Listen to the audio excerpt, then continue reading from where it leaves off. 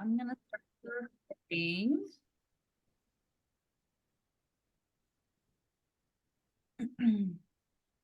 All right, we're going to give it maybe 1 more minute or so, and then we'll get started with the presentation. Yeah, and I can start right now. Just to say добрий вечір всім. Дякуємо за те, що ви приєдналися до нас сьогодні в цей холодну ще одну п'ятницю. Вітаємо, і сьогодні ми будемо говорити про громадські коледжі, і з нами Медісон, представник Portland Community College, і також з нами Лінсі, яка дуже нам допомагає організувати це все. Лінсі з Portland State University. Вона сьогодні теж нам розповість трошки про фінансову допомогу, можливо, яку ми можемо очікувати і де її шукати. Тому дякуємо і нагадую, що ми ведемо запис цього семінару, і всі записи будуть відіслані всім, хто зареєструвався. Всі матеріали від наших учасників також будуть відіслані. Зараз я вже маю всі матеріали, які з минулого разу, тому очікуйте найближчі дні матеріали з першого семінару. І цей семінар теж зараз вже записується. Тому всіх вітаю і дякуємо команді Ukrainian Foundation, яка теж мала таку ідею і організувала це. And Lindsay? Yeah, hi everyone. My name is Lindsay from Portland State University. I am an admissions counselor. I primarily work with international students, but also refugee asylum seekers, TPS, as well as parolees. Окей, мене звати Лінзі, і вона працює з студентами інтернаціональними і допомагає оформитися в університет. And today we're going to talk about PCC and as well as financing. And just a heads up, their scholarships will be primarily for next time. However, there might be some discussion about that. Сьогодні ми будемо говорити про те, як оформитися в Портланд Стейт університет, і особливо будемо говорити про фінансову допомогу, а також різні scholarship, так і буде.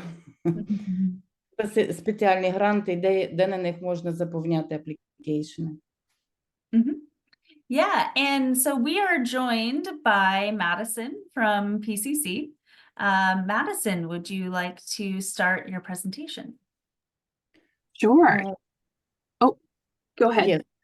Okay, now Madison розкаже, вона презентує свою інформацію для всіх. Thank you. And again, my name's Madison. I work at Portland Community College as an admissions and recruitment coordinator. And I worked with international students on a visa for about 6 years at Portland. And now I'm working in admissions, but I do help students that are on TPS, refugees, immigrants. And so I'm excited that you are all here today. And looking forward to sharing more with you about Portland Community College. Go ahead. Окей, її звати Медісон, і вона працює вже 6 років з інтернаціональними студентами, а також з біженцями. І вона також працює в Admission Office, це офіс, де ви оформляєтеся, і куди вас приймають на учобу, і вона розкаже про те, як це зробити. And after today, in my role, if you have any questions or you need help getting connected at Portland Community College, please feel free to reach out. I'll provide my email, and I'm happy to connect with you after today. We can meet one-on-one, in person, over the phone, or online. А вона дасть після сьогоднішнього вечора, вона дасть свою інформацію і свої контакти, і ви можете задавати питання, можете назначати зустріч 1 на 1. Також це можна зробити, позвонити їй і спілкуватися також по емейлу, по електронній почті. Great. So, Portland Community College is one of 17 colleges, community colleges in Oregon. Portland Community College, він один із 17 коледжів в Орегоні. We are 17 medicine or 7? 17. Yeah, 17. Oh, wow. Yeah, but we are the biggest. We are the largest college in Oregon. Вони самий великий коледж в Орегоні. And so we offer a lot of classes, a lot of programs, and a lot of different associate degrees at PCC. Вони предлагають дуже багато програм і багато різних класів для того, щоб отримати associate degree. От я не знаю, як це буде по-українськи. Associate degree. Most students who come to Portland. Як у нас більше, як у нас спеціальність. Спеціальну середню освіту. Так, я думаю. Ні. Це не є середня освіта, це є спеціальна, як у нас після училища. Як спеціаліст. Most students who study at PCC come to study a 2-year associate degree, which takes about 90 credits to complete. Окей. Більшість студентів за 2 роки отримують цю ступень освіти, і це займає десь коло 90, на це потрібно 90 кредитів.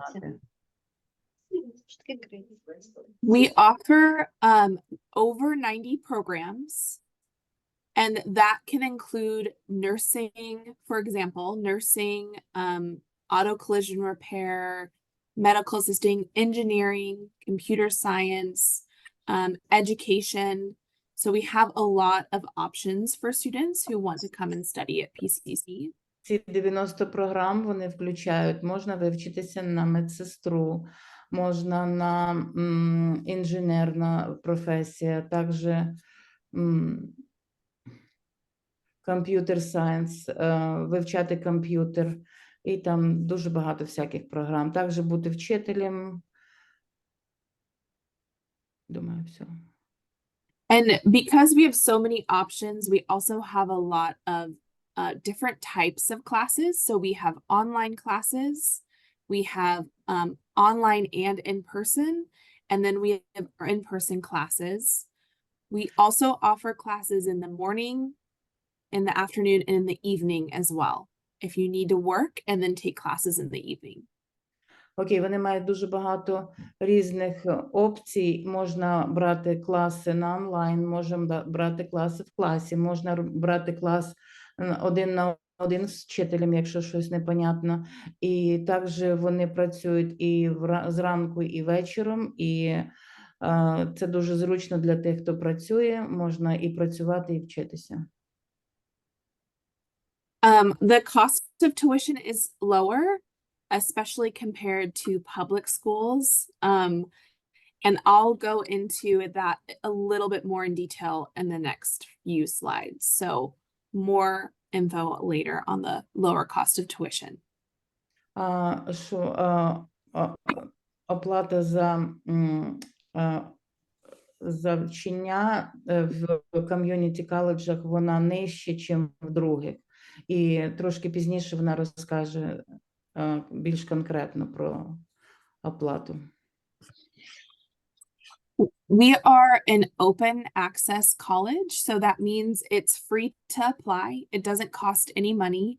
We don't require transcripts, college transcripts or high school transcripts. And we don't require a GPA, which is just an American term for your overall grade average while you're in high school or possibly in college when you start at PCC. Коли ви поступаєте в цей коледж, вам потрібно мати тільки ті оцінки, котрі якщо ви вже закінчили якийсь коледж, вчилися там, то звідти транскрипт мати, або з школи, якщо ви закінчили школу. Great, thank you. І вони не враховують вашу середню оцінку, що є GPA зі школи. Так, і вони враховують GPA. Не враховують. Because we're such a large college, we have 4 campuses located all over the Portland metro area, the city. Того, що вони дуже великий коледж, того вони мають 4 кампуса, котрі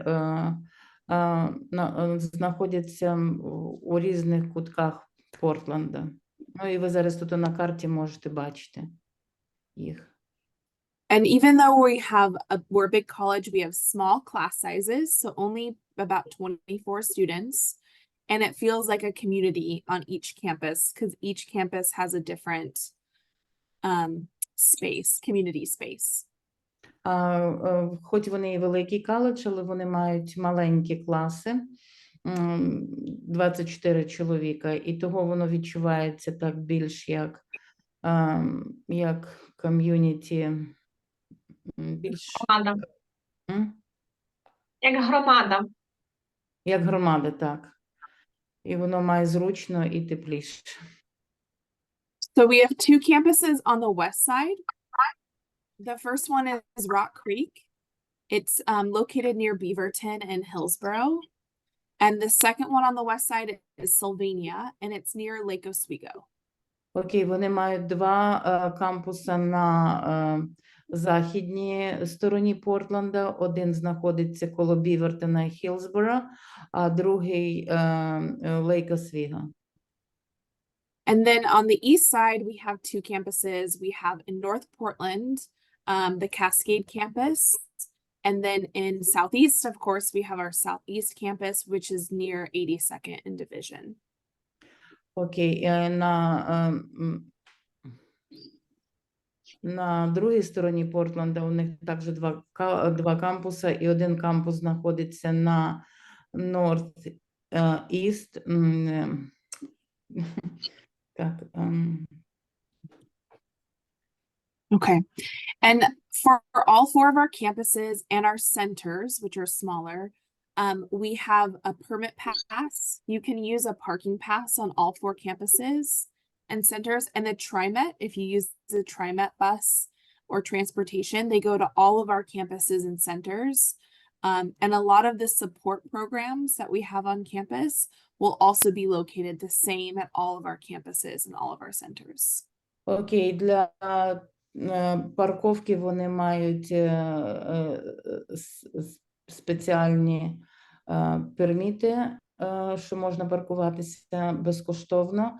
І також, якщо будете передвігатися на трамваї, тоді вони дають спеціальні проїзні, і ці проїзні і ці перміти, вони будуть діяти на кожний кампус. Okay, and so the types of degrees that we offer, the different types of degrees, we have 5 types of associate degrees. Вони мають 5 видів середньої освіти. Це не ще ніж середня освіта, це якби спеціальності, 5 видів. Спеціальної освіти, да, спеціальної освіти. We have 3 degrees, associate degrees that are transfer. So that means that you take 2 years with us at PCC, and then you transfer to a university, a public school in Oregon, like Portland State University, and complete another 2 years. So the goal is to get your bachelor's degree, but you start with us first. Окей, вони мають 2 роки освіти, і це ви набираєте достатньо класів для того, щоб перевестися в університет. і продовжувати навчання вже в університеті для того, щоб отримати вищу освіту, бакалавра. So all of those credits that you earn, it's 90 credits to earn an associate degree. All of those credits, if you pursue a transfer degree, will transfer to that public school, which can save a lot of money up front. Всі ці кредити, котрі ви заробите, 90 кредитів в коледжі, вони будуть переведені вам в університет, і все це буде зачтено. And then we have what's called our 2-year career technical degrees. For example, nursing, we have graphic design, architectural design, medical assisting. Again, we have hundreds, over 90 programs. So these are focused on like veterinarian tech, and the credits do not transfer, but you're able to work right after you complete your degree. Також за 2 роки ви можете отримати сертифікат і отримати професію в медицині, в архітекторському дизайні, також бути ветеринарним техніком. І там багато дуже різних професій, які ви можете отримати за 2 роки. And then we have our short-term certificates, and those are anywhere from 3 months, 6 months, or 9 months. And Також ви можете отримати сертифікат за 3 місяці, за 6 місяців або за 1 рік. perfect. Sorry, I'm looking at our chat now. Кажу. And then, oh, go ahead. Do you have a question? Anyone? Okay. The short-term certificates are anywhere from 45 credits to 30 to 12 credits. And those are for students that maybe already have a job and they want to add more skills to their resume, or for folks that want to get quickly into the workforce and earn a certificate in the US. Sometimes, Can I translate because I don't remember Yes. everything what you're saying? no, that's okay. I'm sorry. Yeah. Вони мають ці сертифікати можна отримати від 12 кредитів до 45. І вони мають різне значення. Декотрі сертифікати це просто ви вже маєте якусь професію, ви хочете, як то кажуть, підвищити свої знання, і того ви можете отримати це в цьому коледжі. And Marta had a really great question. She asked if that 2-year transfer degree could count towards outside of Oregon. Oftentimes on the West Coast, so like Washington, California, you can transfer a lot of your credits out of Oregon. When you get further away from the West Coast, it can be a little bit harder. Окей, і Марта має питання, чи ці кредити, які вона тут заробить, вони можуть бути переведені в другі університети, в другі навчальні заклади, то більшість...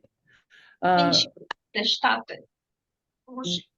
В інші штати, Вашингтон Стейт. Штати, так. І вона сказала, що штати, котрі знаходяться тут на цьому березі, це значить Каліфорнія, Орегон і Вашингтон, в основному всі ці кредити приймають. Але чим далі воно йде від заходу на схід, то там уже може бути трошечки по-другому. Не все буде прийматися. And when you study at PCC, you have an academic advisor who will help you the entire time you're taking classes to plan out how to get your degree, what classes you need to take. You'll have support. Коли ти навчаєшся в Портленд Стейт, ти будеш мати канцлера або таку людину, яка буде тебе вести від початку до самого кінця і буде надавати тобі необхідну інформацію, які класи тобі краще брати і як тобі краще все построїти свою кар'єру. Any questions? Якісь питання? Yeah, and if I could just pop in, if you have questions, please feel free to put it into the chat. And we'll try to answer it in the chat. There will be time at the end as well. Irina, that's a great question. I don't know if we have a Ukrainian academic advisor. I heard you hired one. We did. Recently. Okay. I didn't know. I didn't know that. I haven't been an academic advisor in a while, but I know It will be great to know who is it. yeah. And we have, but even if we didn't, we have a lot of translation support. So we do have a lot of Ukrainian staff that work at Portland Community College. And we have a lot of translation support. So if that's something that you need, that's definitely an option. And we work with Accessibility Ed as well.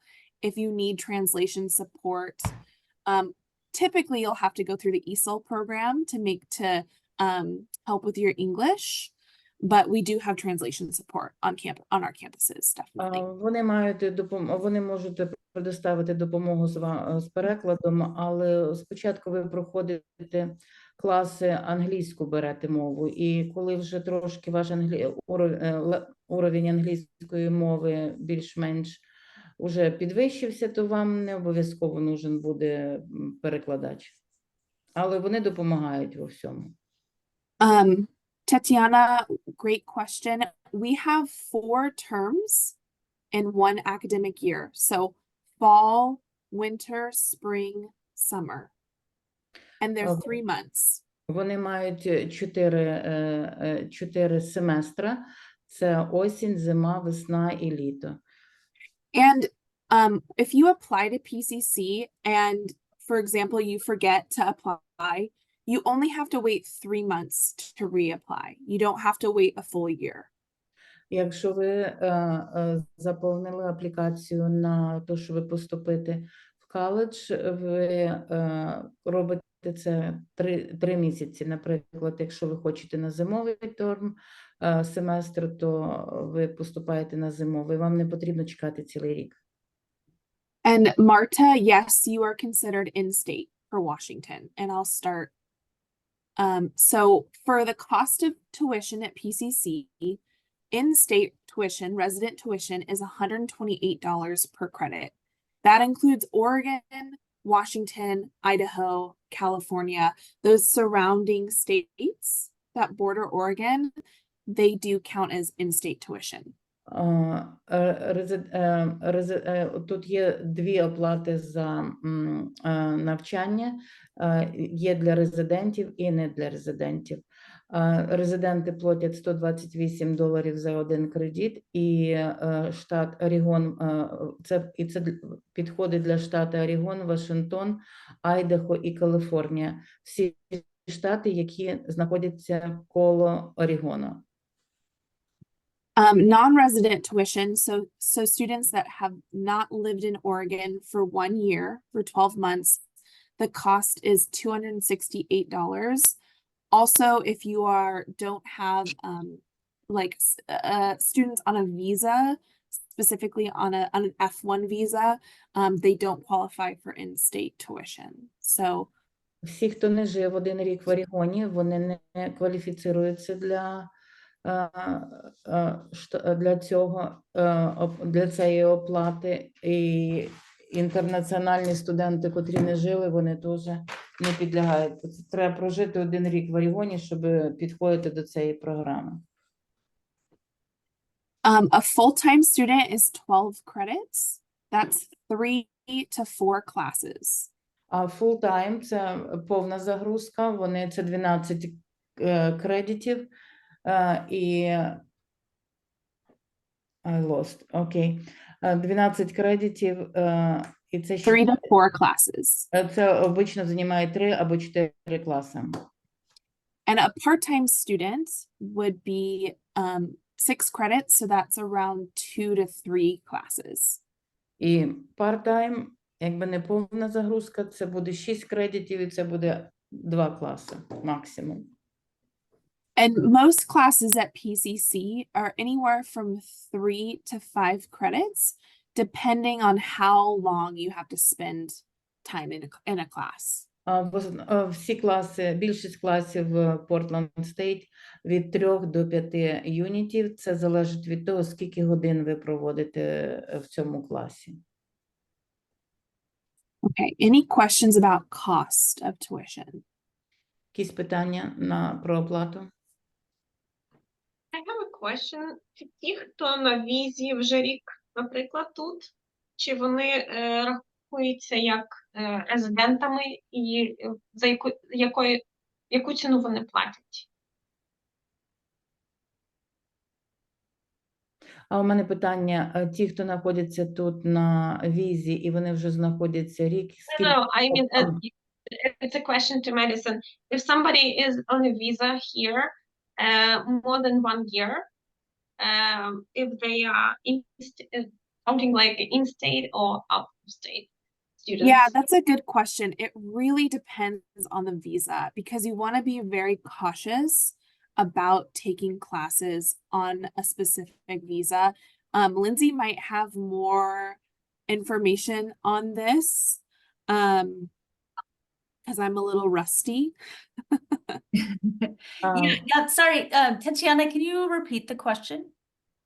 Question was if people are on a visa here more than 1 year, they are counting like in-state or out-of-state students. Most likely out of state Yeah. is my answer.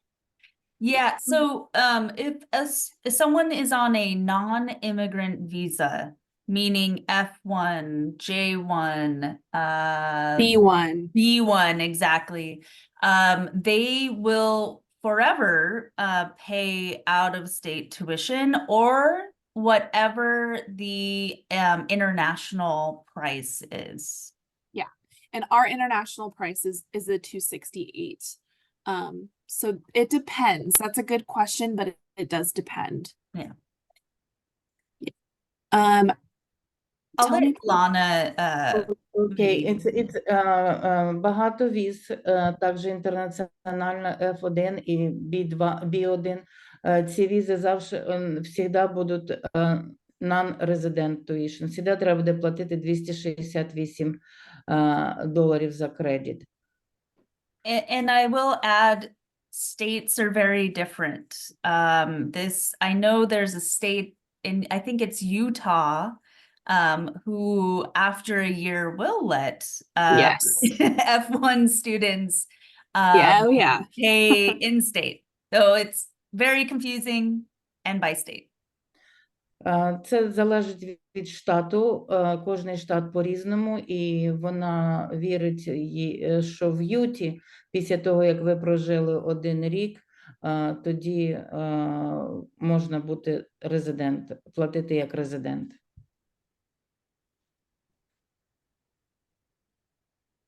Okay, great. On the chat, we have a question from Irina. Any discount for refugees or low-income household? Yeah, so that's a great question. It depends on the program. I'm going to cover ways to pay for college next, but it depends. So we'll circle back to that. Окей, вона розкаже, скільки що стоїть більш конкретно. And just to compare cost, so for a full year at PCC, students typically take fall, winter, spring. It's going to be $6,300. And comparing that to a public school in Oregon, it's about half the cost. And then a private school in Oregon, it's like a 10th of the cost. Що в університетах, котрі в школах, котрі державні, все набагато дешевше коштує. Це буде одна ціна за 3 семестри, а уже в школах, котрі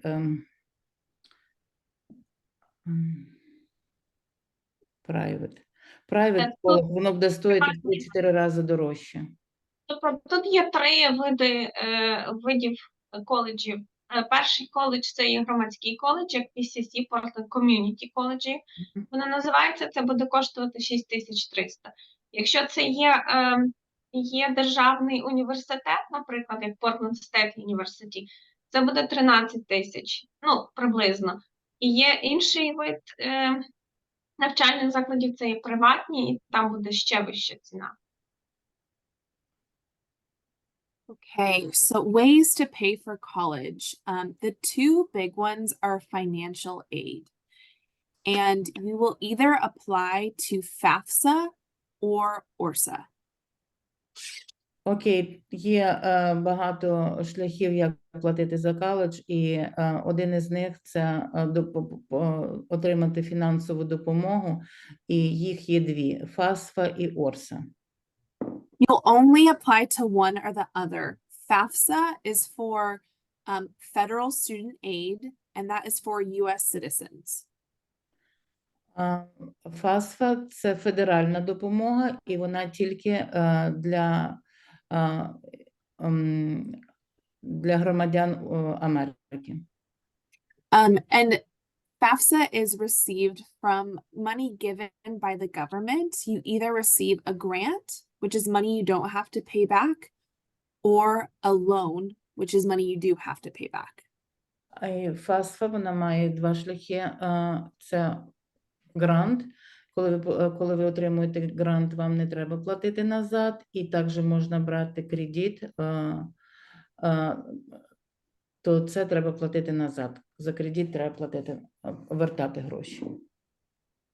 ORSA, the Oregon Student Aid application, is from the Oregon State, and that is grant money that you don't have to pay back, or scholarships. And this is for students that are undocumented on TPS or on a U visa.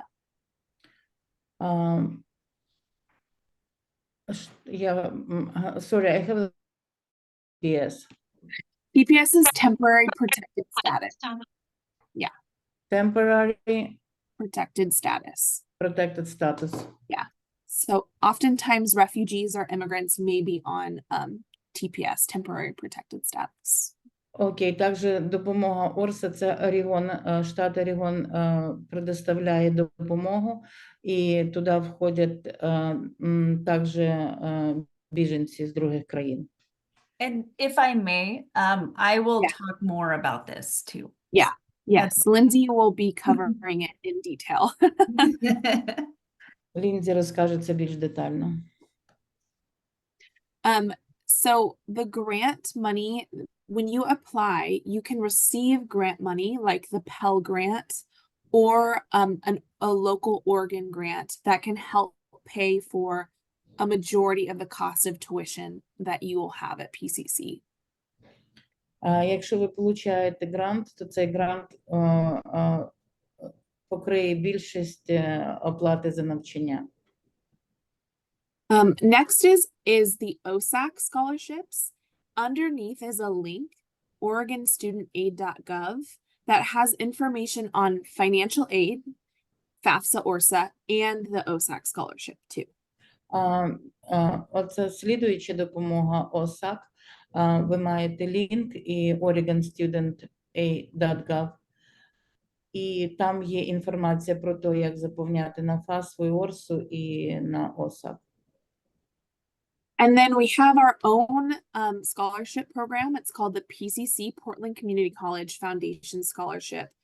Anyone can apply for this. So you are able to apply for this as long as you apply to PCC first, then you're able to apply for this scholarship. And we have it once a year. It's closing soon, but we'll have it again next year. So as long as you're taking classes at PCC, you can apply for this. Також вони мають допомогу в Portland Community College, і вона, для того, щоб її отримати, то треба заповнити аплікацію. Вона тільки раз в рік, і зараз вона закінчується, але вже на слідуючий рік вже можна буде заповнювати. Is it only for those who take classes? Am I Yes. understanding right? Yes, you have to be a PCC student. Ті, хто бере якісь класи PCC, то ті тоді можуть подаватися на цю стипендію. And then we have, oh, go ahead. good. Okay. I'm sorry. And then we have the payment plan. So if you're not able to pay the cost of tuition, which can be a lot. So if the cost for the term is $1,500, you can sign up for a payment plan, and we have two different types. One is like 3 payments or 5, and that way you're paying once a month for the cost of tuition instead of the entire cost at the beginning of the term. Окей, у них також є програма, яка допомагає з пейментами. Робити оплату не одну оплату за все навчання, а вони це можуть розбити помісячно. І це допомагає платити так. Awesome. Okay, any questions before I continue on? And Lindsay, let me know how I am on time, because I'm just going to talk about support programs next. Go for it. You're great. Okay. Yeah. Okay. Okay, so in addition to our degree programs at PCC, we also have support programs. У них також в коледжі є програма підтримки. So, for example, we have an adult education or GED. So if you don't have a high school diploma in the US, meaning you graduated from high school, and you want to start taking classes at a community college or a college, and you want to get FAFSA, you can apply for our GED program, and we help to support you to take the test. Також вона каже, що, наприклад, якщо у вас нема, ви не закінчили середню школу, high school, середню школу в Америці, тоді у них є спеціальна програма, і це, вона називається, ви можете взяти тест, щоб підтвердити свої знання своєї країни. І цей тест називається GED. Це те, як середня ваша освіта. Вони оцінять вашу освіту, яку ви отримали в своїй країні. І вони мають спеціальний клас, який допоможе вам підготуватися до цього тесту. These classes are fee, they're not credit, so they're only going to be between $54 to $158, but there's also grant money and support for students to pay for materials in the classes that you can afford. За ці класи ви не платите, так як за кредити, вони коштують $54, від 54 до 158 за один терм, і ви не получаєте кредити за них. Це тільки для того, щоб вам підготуватися до цього тесту. And earning a GED can really help you to find work in the US as well. І якщо у вас є цей підтвердження, що ви маєте GED, таку освіту, то вам легше буде знайти роботу в Америці. The next is English for speakers of other languages. We have an ESOL program, levels 1 through 8. Для тих, хто не володіє англійською мовою, вони мають ESL-програму. Це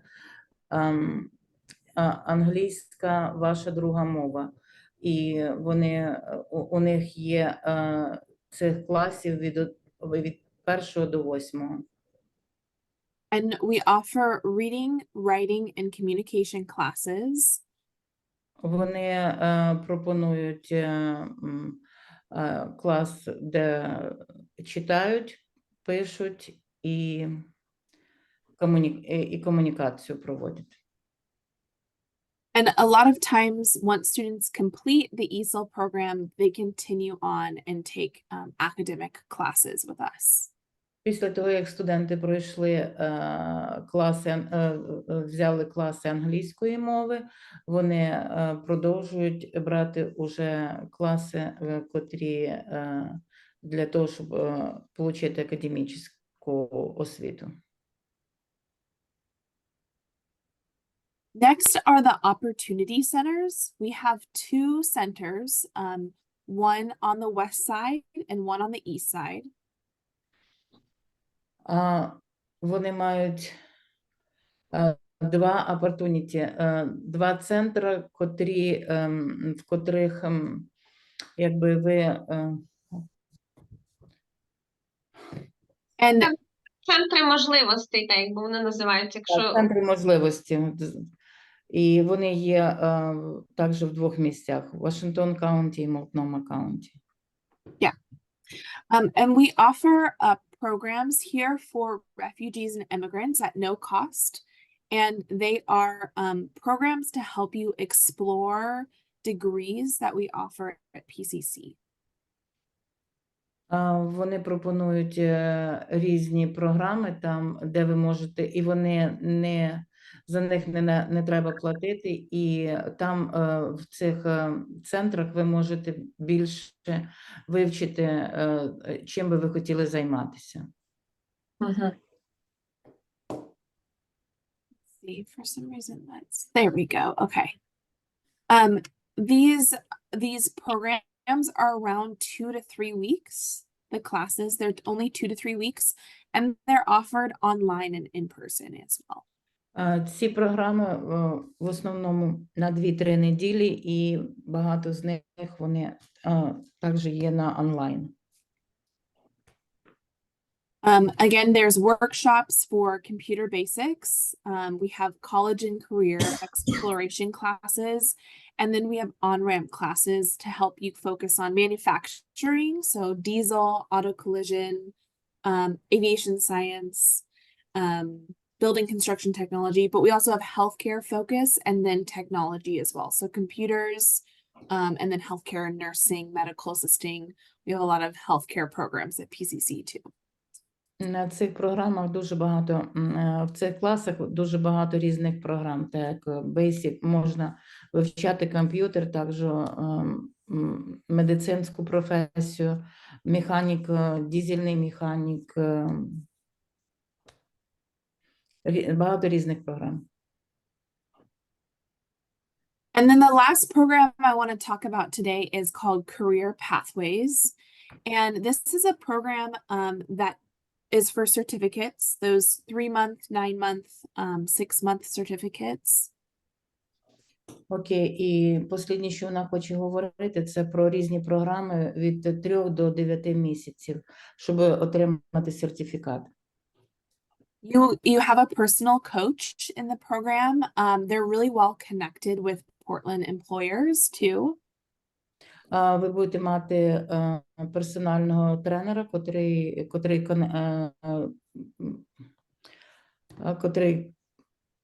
вам буде допомагати в цьому процесі отримання вашої освіти.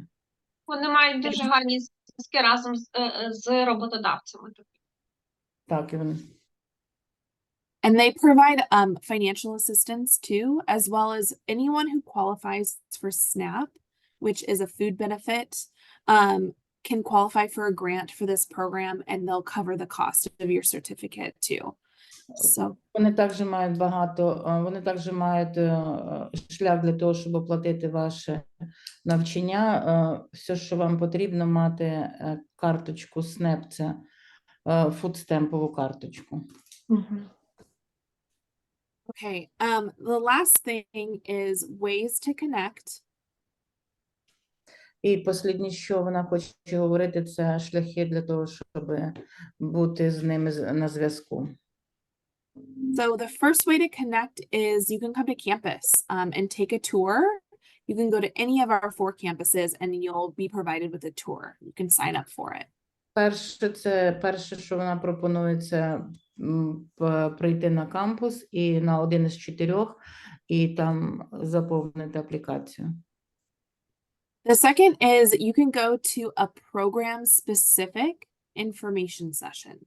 So for example, nursing, veterinary and technology, they have online sessions like where you can zoom in and learn more about that program. Окей, також вона каже, що можна на онлайн відвідати спеціальні програми, і вона привела приклад, це медсестринська і ветеринарна, що можна зробити так, як зумін, і отримати там багато інформації. And then the last thing is I went over a tiny bit of PCC. But please feel free to contact me and meet with me one-on-one if you need help with anything or you have any questions.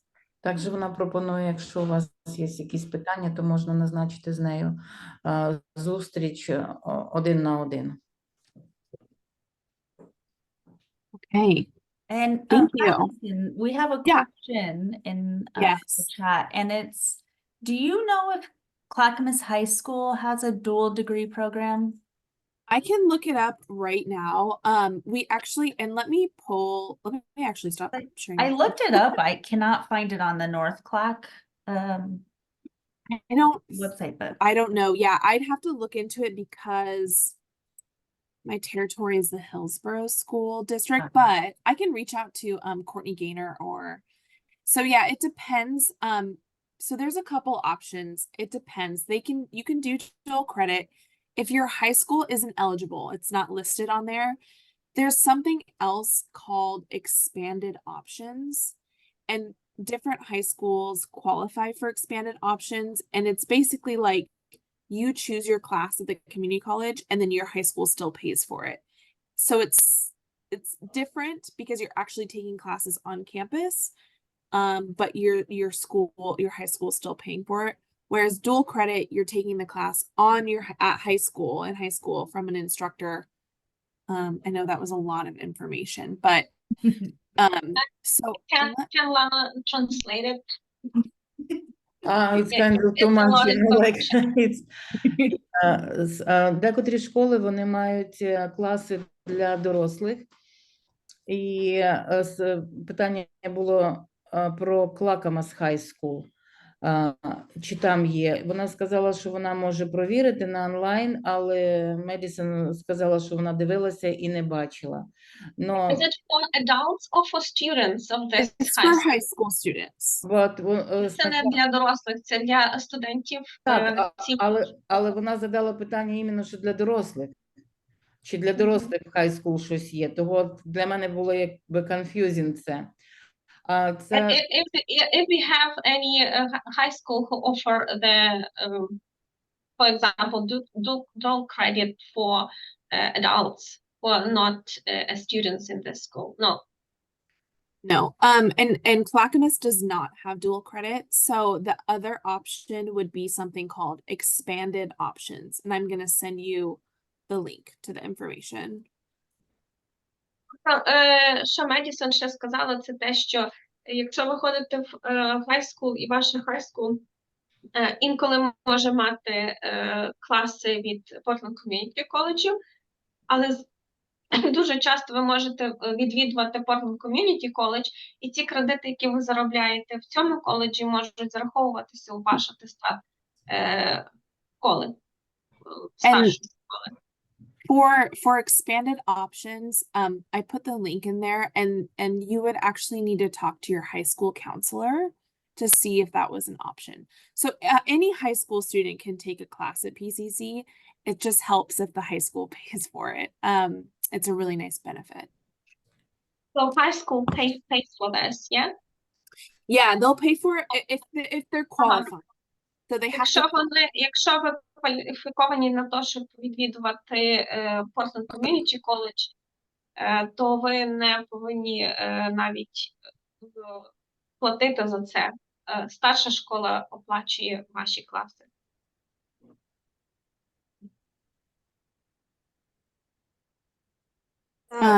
Можна уточнити питання? Oh, sorry, can I like No, clarify? yes, of course.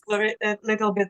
That mean that to get this like dual credits, the students should be like go to PCC and like register for taking some classes or no?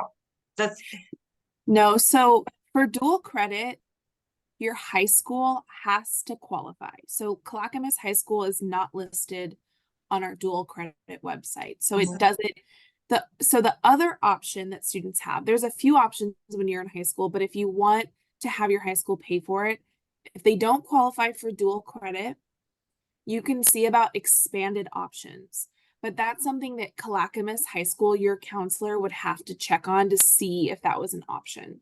I've had students do that in the past where they don't have dual credit available, but their high school, they register for maybe a writing course, and their high school says, yeah, we'll cover that because that can count, you know, towards your senior credits and maybe your college credits too. So it just depends on the high school.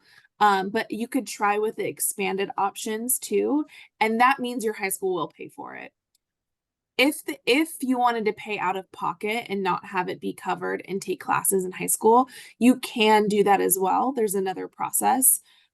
Basically, we just have to get consent from your high school counselor, but you can do that too. It's just not, the cost is not covered for that tuition. Thank you so Yeah. much. You're welcome. Yeah, great question. Can Is Lana A- translate it for everyone? Я думаю, краще Це перевести. дуже довго. Добре, можна я спробую. Справа в тому, що не кожна школа, не кожна старша школа є кваліфікованою для того, щоб забезпечити вас класами в Portland Community College.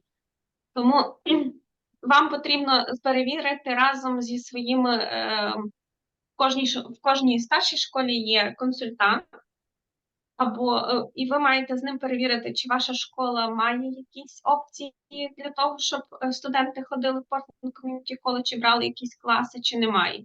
Тобто, якщо має, це добре, і тоді школа платить за ці класи, ви не платите. Вона сказала, я вибачаюсь, вона сказала, що Clackamas Community, що Clackamas High School, що вона не є в їхньому списку в Portland State, що вони не Так. покривають. Так, але тут не тільки з Clackamas є з різних шкіл, тобто вам треба це перевірити. Тобто на даний момент Clackamas не є в цьому списку, який є в програмі для того. В кожній школі є радник, який може дати вам пораду і пояснити, чи має ця школа зв'язки з якимись коледжами. Правильно, це ж не тільки PCC має такий, вони можуть мати договір з іншими коледжами, я так поняла. Can I have a question? Like, that's like just for PC, they don't have any like agreement with PCC, but they can have agreement with other colleges. Exactly. So I would definitely look into Clackamas Community College because they probably do. And maybe Mount Hood College might as well. So when you go onto their webpage, you can check and look for dual credit, and they might, you're exactly right. So it's not, you don't have to just, you know, go to PCC. You can check out other community college that will have that. And I know, of course, we probably don't have that because Clackamas Community College is so close with that community that that's where they're probably doing most of the dual credit, where we have a lot of dual credit over here on the west side too. So yeah, great question. So yeah, definitely check I'm out. asking because I'm PCC student. Oh, you are? Yes, and I love PCC, that's why. Oh, that's great. Well, Clackamas is great too. You know, I'm biased because I work here, but yeah, that's a great question. Okay, thank you so much.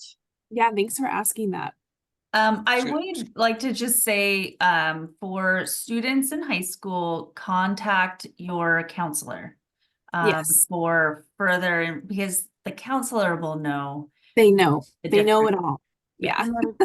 Yeah. Вона рекомендує для студентів в high school мати контакт з канцлером, і канцлер добре знає, як вас направити, щоб було краще. Excuse me, And there maybe was I missed. What is a dual credit? I never heard that from our high school. So yeah, great question. So dual credit is when our college goes, we partner with high schools, and a teacher that is already working in the high school will also teach a college course. And so we accredit them and basically say, yes, this counts as a college credit course. So it's just a great way for students that are in high school to get exposed to college, but also earn college credit and their high school diploma, and it's paid for by the high school. Oh, it's not double credit. It's dual. No. Means okay. Yeah. It's So not double.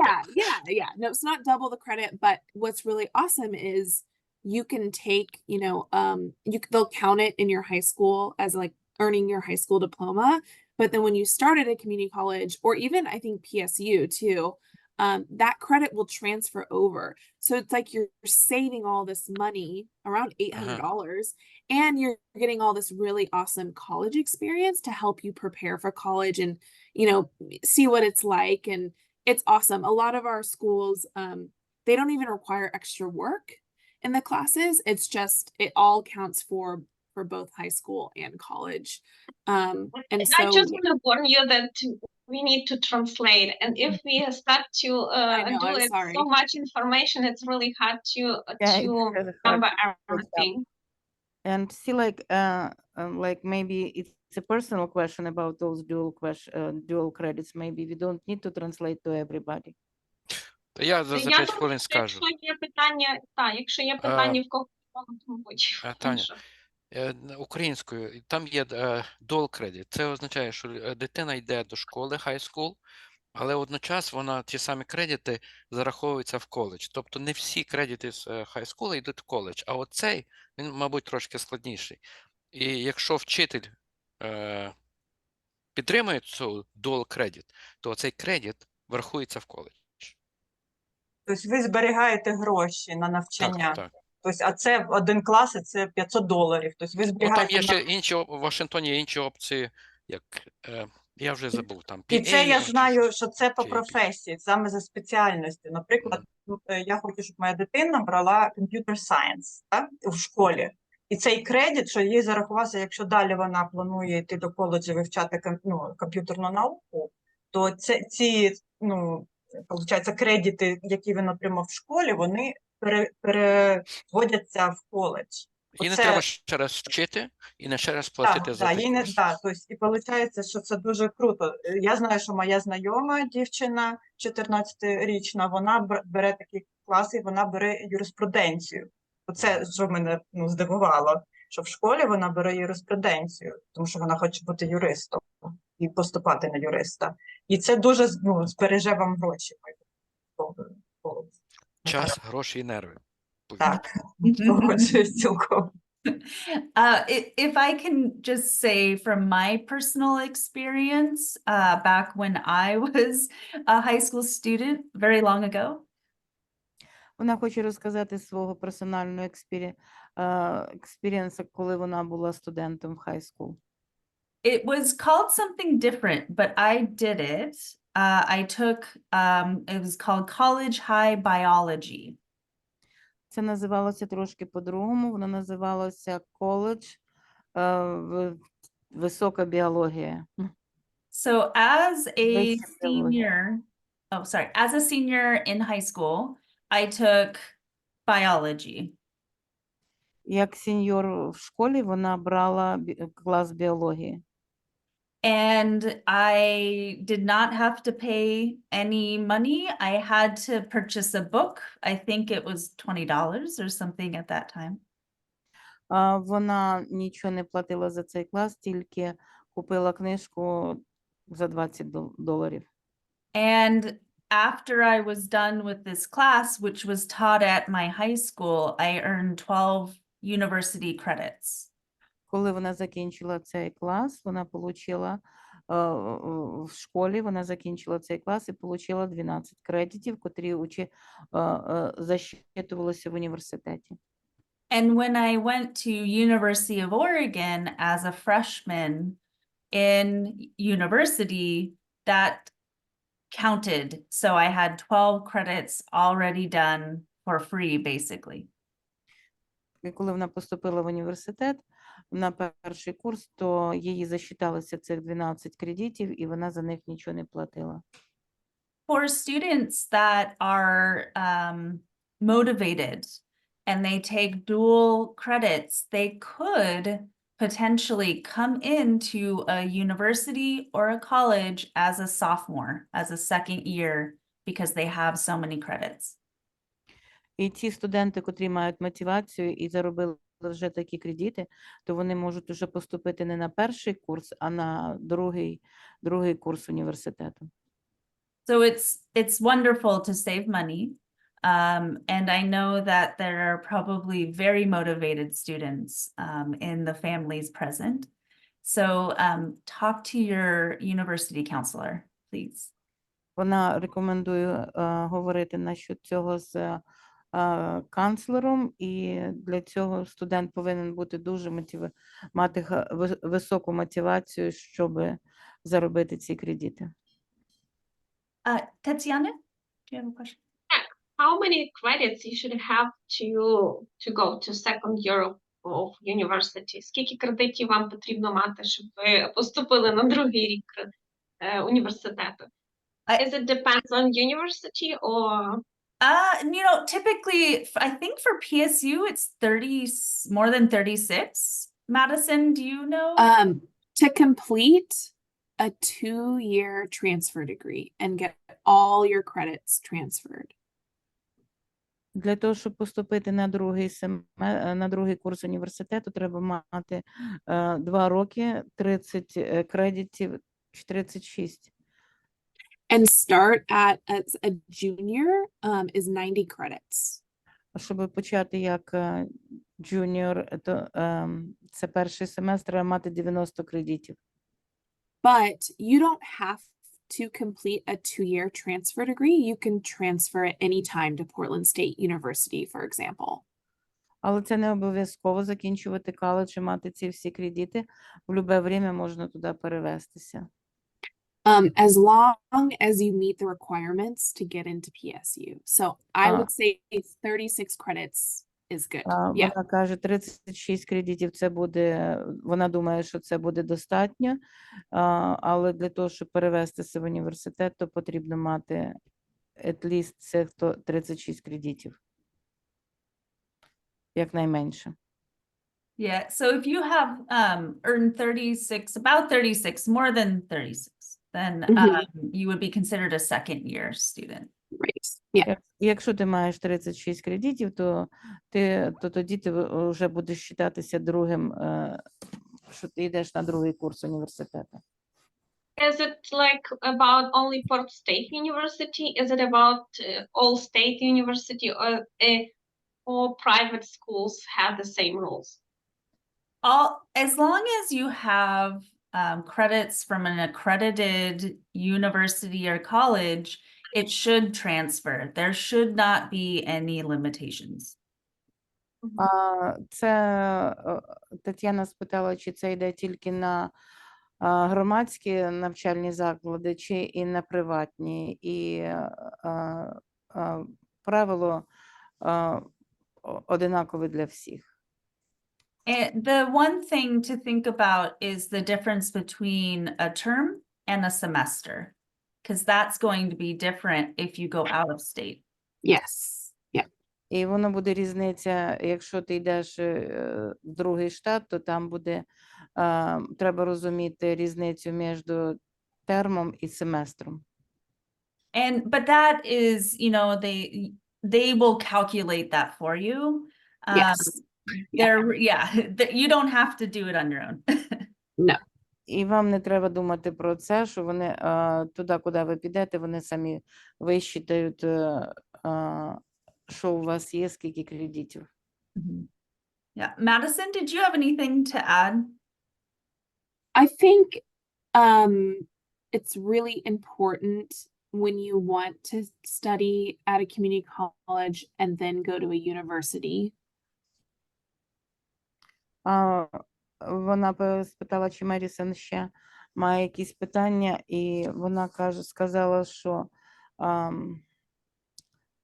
To work with the admissions counselor. що треба робити з канцлером в адміністративному офісі, і він направить, спланує правильний шлях, як вам вибрати як вам продовжувати свою кар'єру і що вам потрібно вивчати.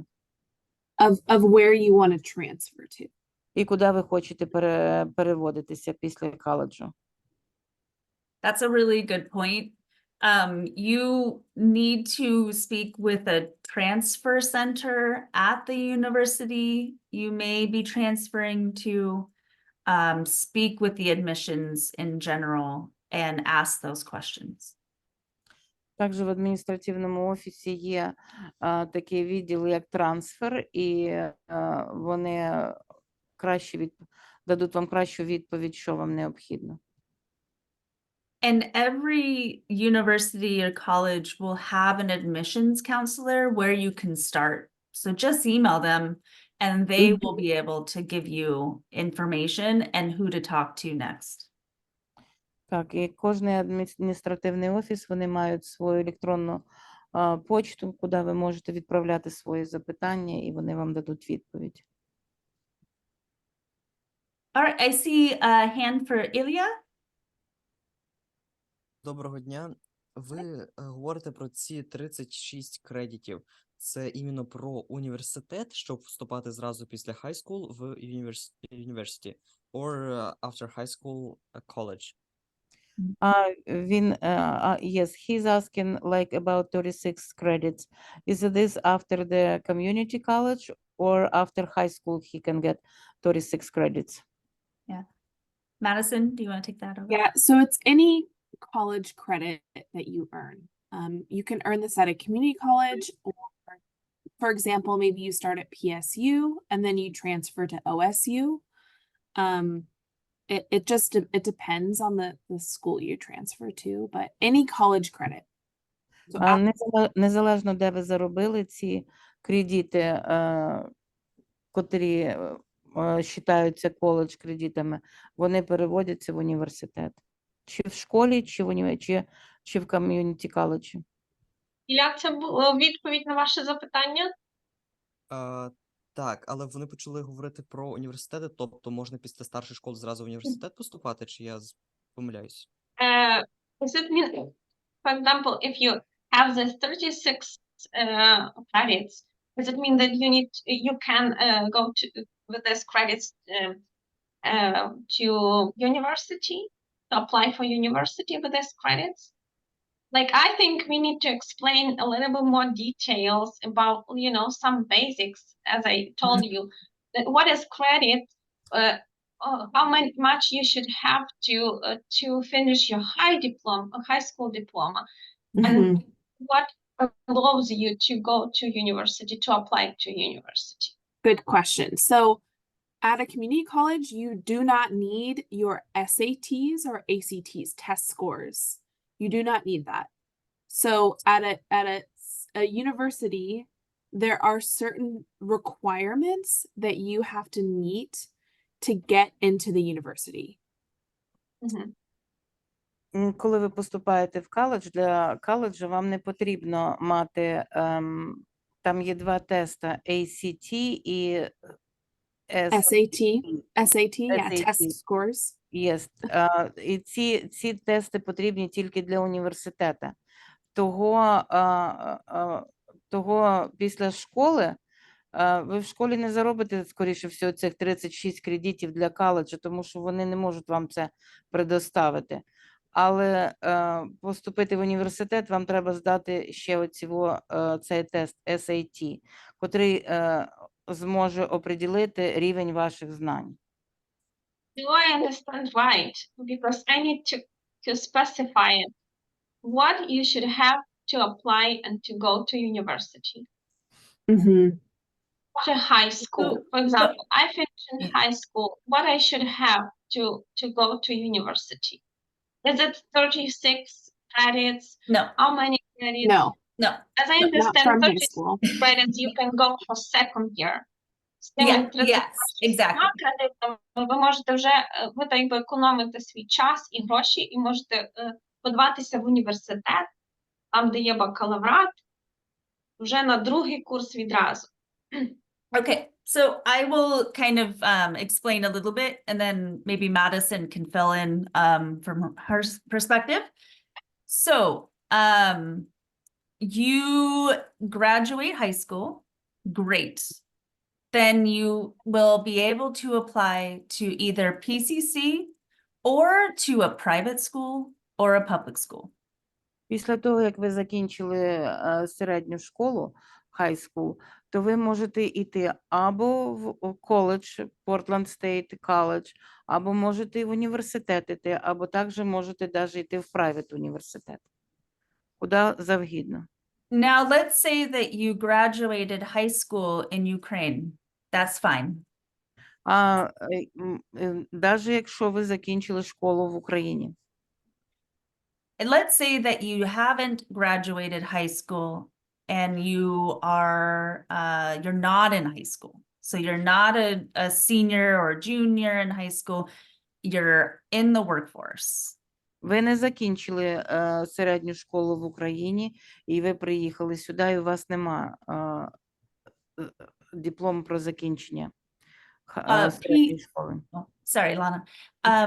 You will not be accepted to a school, a four-year university, a private university, without a high school diploma. Вас не приймуть ні в громадський університет чи в приватний університет без середньої освіти диплома.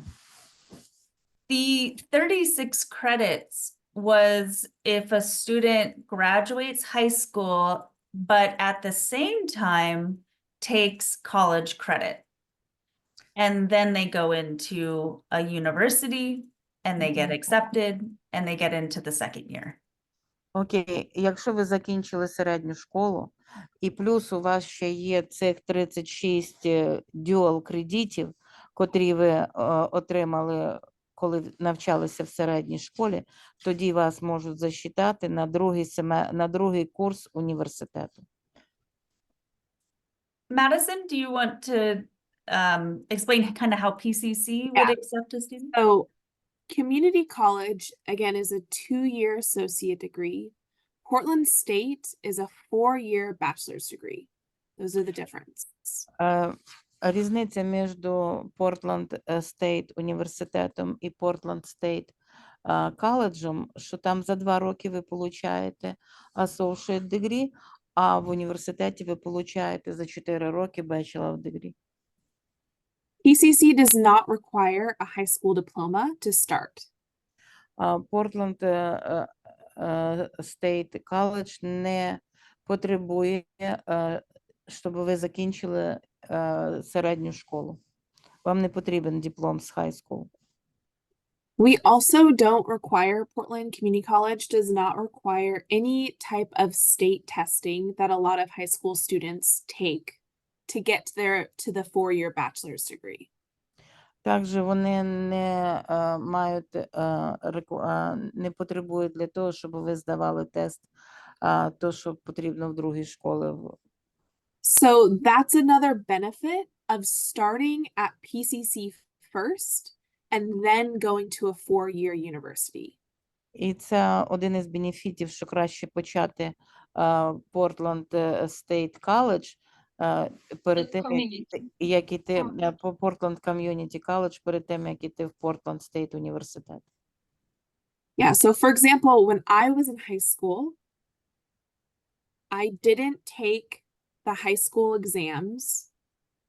And so I went to a community college first, which allowed me to go to to get my bachelor's degree, to transfer my credits and earn a bachelor's degree. Після школи вона не здавала ніяких тестів, поступила в Portland Community College, і це їй дозволило без тестів перевестися потім в Portland State University. It's hard to explain, but I don't know if that clarifies it anymore. Yeah. Did that make sense? It sounds clear. Yeah. So, Okay. It's kind of like you think of it as. But the benefit to go to school, to high school, is that sometimes high school can pay for the community. Right. Correct. І інколи, так, ви можете не йти в старшу школу, йти зразу в Portland Community College, але вам треба буде платити за це. Якщо ви йдете в старшу школу, і старша школа має зв'язки з Community College, то вам тоді старша школа покриває деякі кредити. And the classes that you would take, your freshman, sophomore classes at PCC, are just like your freshman, sophomore classes at Portland State University. You're just taking them at an associate degree. Вона говорить, що ті самі класи, котрі ви берете для першого, другого курсу університету, їх можна взяти в Portland Community College, і це буде дешевший, але вони будуть такі самі, як і в університеті. At PCC, we have 100% acceptance. So if you apply, you will get in. At the university, when you apply, there's a chance you might not get in. Окей, Portland Community College, вони мають 100% гарантію, що вас приймуть туди. А якщо ви зразу поступаєте в університет, то ви не маєте такої гарантії, що вас зразу туди приймуть. Although I feel like PSU has a like a really great acceptance rate. So, sorry, that's just a side But note. I have a question right here. For example, does it mean that after PCC you have more chances to go to be accepted in university? Yeah, that's Це означає, що якщо ви в PCC I- закінчите, це in my означає, що opinion, більше yeah. шансів в університеті. In my opinion, and Lindsay and I might differ because I'm from community college. Yes, I think if you go to a community college first, you have a higher chance of getting into a 4-year versus a high school senior. Yes, I think so. Вона What do you think, Lindsay? Вона думає, що якщо ви пішли в ком'юніті коледж спочатку, то ви маєте більше шансу поступити в університет. It depends on the student. It does. You're right. It really depends. I absolutely 100% think that it's great to go to community college and transfer to a 4-year. Вона каже, що це залежить від студента, але вона вважає, що також краще йти спочатку в ком'юніті коледж і потім в університет. It saves money. You get those core classes out of the way. Yeah. You might be able to live closer to a center. I didn't do that, but I fully support and think it's a great idea. Вона не робила так, але вона вважає, що вона підтримує цю ідею, що спочатку краще йти в коледж, а потім переводитись в університет. And I meet a lot of people in the State Department, and actually a lot of them went to a community college and then transferred to a 4-year. So Вона дуже багато людей зустрічала, котрі починали з коледжу, а потім переводилися в університет. oh, sorry, Madison. I think we have some questions. We see. The same idea works for high school. Like if you graduated from high school, that's like save more money than like go from middle school, like in community college. That's right. Like it's better to go to community college after high school, correct? Well, I mean, I think so, yes. But it depends on your situation. It depends on what experience you want to get in college. Do you want to experience living on campus and, having that 4-year, or do you want to go to community college? It kind of depends on the person. I mean, it's like when I wanna save money, I mean, as a parent, because my Totally, middle yeah. schooler, yes, he wants to go Yeah. to like the community college, but I'm against because I know that for me it's like means I need to earn more money. Yeah, and that's a huge part of it. I mean, college debt in the US is a big deal. And so that's a really finances are a really important conversation to have in your family when it comes to college. Definitely. Yeah. And we have another question in our hands. Yeah. iPhone too. That's the only thing I can see. I found you. Доброго вечора. Вибачаюсь, можна задати питання? Може, трошки не по темі. У мене син навчався в Україні 8-9 клас, зараз в Америці закінчує 12-й. Я так розумію, якщо я правильно не розумію, поправте, що для вступу в університет потрібен транскрипт за всі 4 роки high school.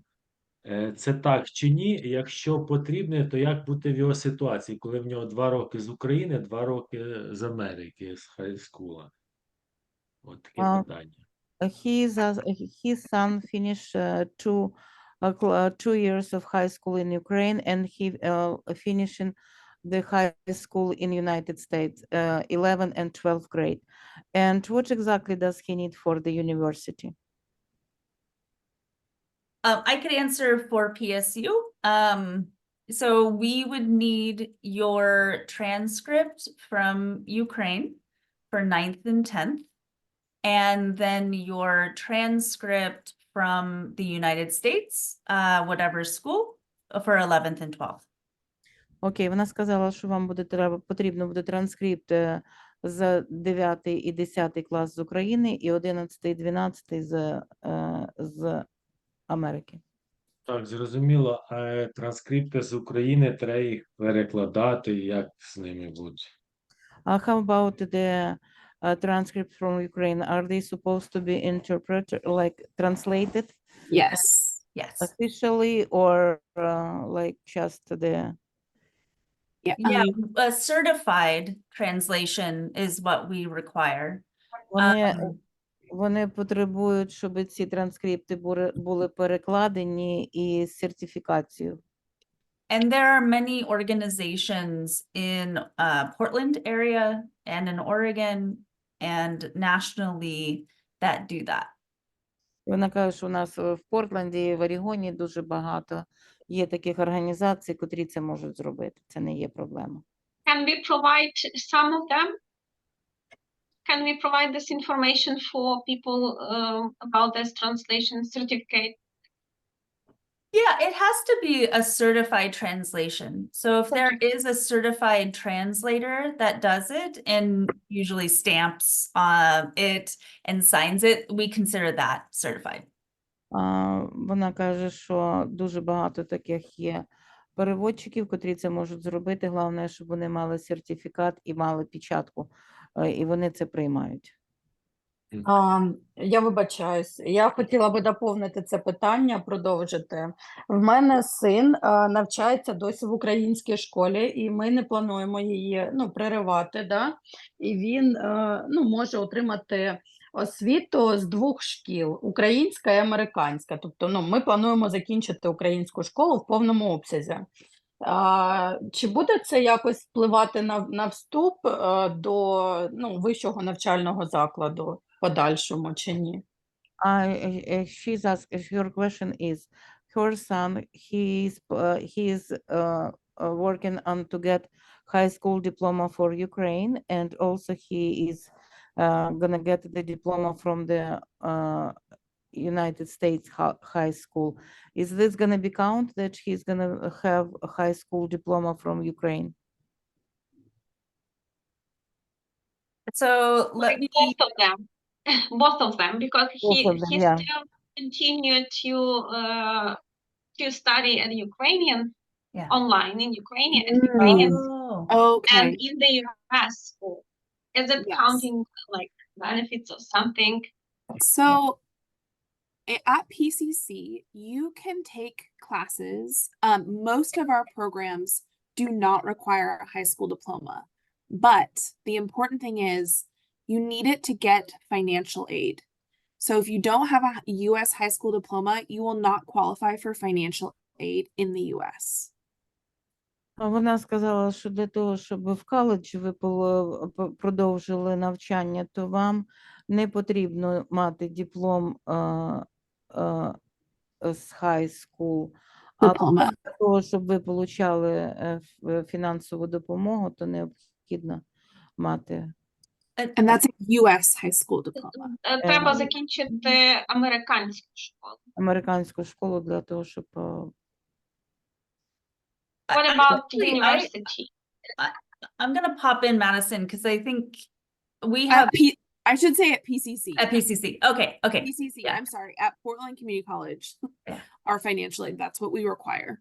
Okay, PSU just requires a high school diploma. It could be from Ukraine. It could be from anywhere really, as long as it's an accredited high school, you can get financial aid. Окей, вони вернулися назад до того, щоб до фінансової допомоги, що в університет вам буде потрібно будь-який диплом з будь-якої країни за те, що ви закінчили школу. I have the question like this lady, she was asking about if it's gonna be count, just the 2 diploma is gonna be count to admit to the university. It's not about the financial aid. I think like if the student has 2 diplomas, maybe like the Helping somehow. maybe you know, like maybe SAT test, you know, SAT test, like if he's gonna take with more education he has from 2 different countries, Yeah. maybe he will get it like to the more advanced classes in the university than take the basics ones. This is what my thoughts. Yeah, so I mean, we've seen this before. Whatever degree is earned first, that's the degree that we will look at and determine GPA. If it's simultaneous, then that's very unusual, and you should just contact me and I'll talk to the evaluation team. Окей, вона каже, що це дуже така ситуація, що вони не дуже часто з тим зустрічаються, але вони повинні бачити транскрипт, і ви маєте, як коли ви будете заповнювати аплікацію до університету, краще всього зустрітися з такою, як у нас, професіоналом, і кожна ситуація буде розглядатися індивідуально. And if Да, it's дуже дякую. accredited. She said thank you. Oh, yeah, you're welcome. If it is accredited, so that is important. So if the Ukrainian diploma is from an online school, we would have to check that it's accredited. Yeah, because it has to equal the equivalent of a US diploma. Right. Вона буде, це все буде розглядатися, і ці дипломи, вони повинні прирівнюватися до американської акредитації. Окей. Yeah. In that Ця case, школа, яка є, напевно, вона є онлайн, або так, вона мусить бути акредитованою, тобто визнаватися. I would say we would probably look at the American one. That might be the easiest and most beneficial. Yeah, just because too, like finding work in the US too, having a US high school diploma can really benefit you to find jobs in the US. А коли ви маєте диплом з американської школи, це вам легше буде знайти роботу. So I think that it's very important to talk about FAFSA and ORSHA and residency now. Feel free, you could always ask us questions afterwards too. So just a heads up on that. Це дуже важливо говорити про фінансову допомогу з ФАСФа і з ОРШа. І хто має питання, будь ласка, задавайте. Okay, so first off, I want to disclose that a lot of this is very detailed information. I always recommend talking to an expert at the school. Це дуже важлива інформація про фінансову допомогу, і дуже важливо, щоб ви говорили про це з канцлером в школі, куди поступаєте. Unfortunately, the way it works in the United States, every state has different rules from each other. Every university has different rules. А в Америці не в кожному штаті одинакові закони насчет фінансової допомоги. Того кожна школа, кожний штат, вони мають різні правила, і того краще консультуватися іменно туди, куди ви поступаєте. And there's always, especially with immigration, there's special cases, there are changes. So speak to as many people as you can. Особливо, коли це зв'язано з тим, що ви емігрували, що ви біженець, і що вам краще розмовляти з багатьма людьми, з усіма, з ким ви можете, інтересуйтеся і збирайте інформацію. And I am not an immigration attorney, nor am I from financial aid. So please, this is how I understand it, but you will need to speak to someone that is in that department. Вона не пов'язана з фінансовою допомогою і також з імміграційними питаннями. Того вам треба знайти спеціаліста, який не пов'язані з цим вашим профілем. Okay. So key terms, FAFSA, that is the free application for federal student aid. Вона розшифрована. Це безкоштовна аплікація для федеральної студентської допомоги. ORSHA, it's Oregon Student Aid Application. This is, I could hear myself speak. Sorry, I hate that. Lana, I'll let you translate. Окей, Орша – це штат Орегона, аплікація для отримання допомоги для студента. This is been traditionally for DACA, or for now it's TPS students. That's probably what you would be most concerned with in this group.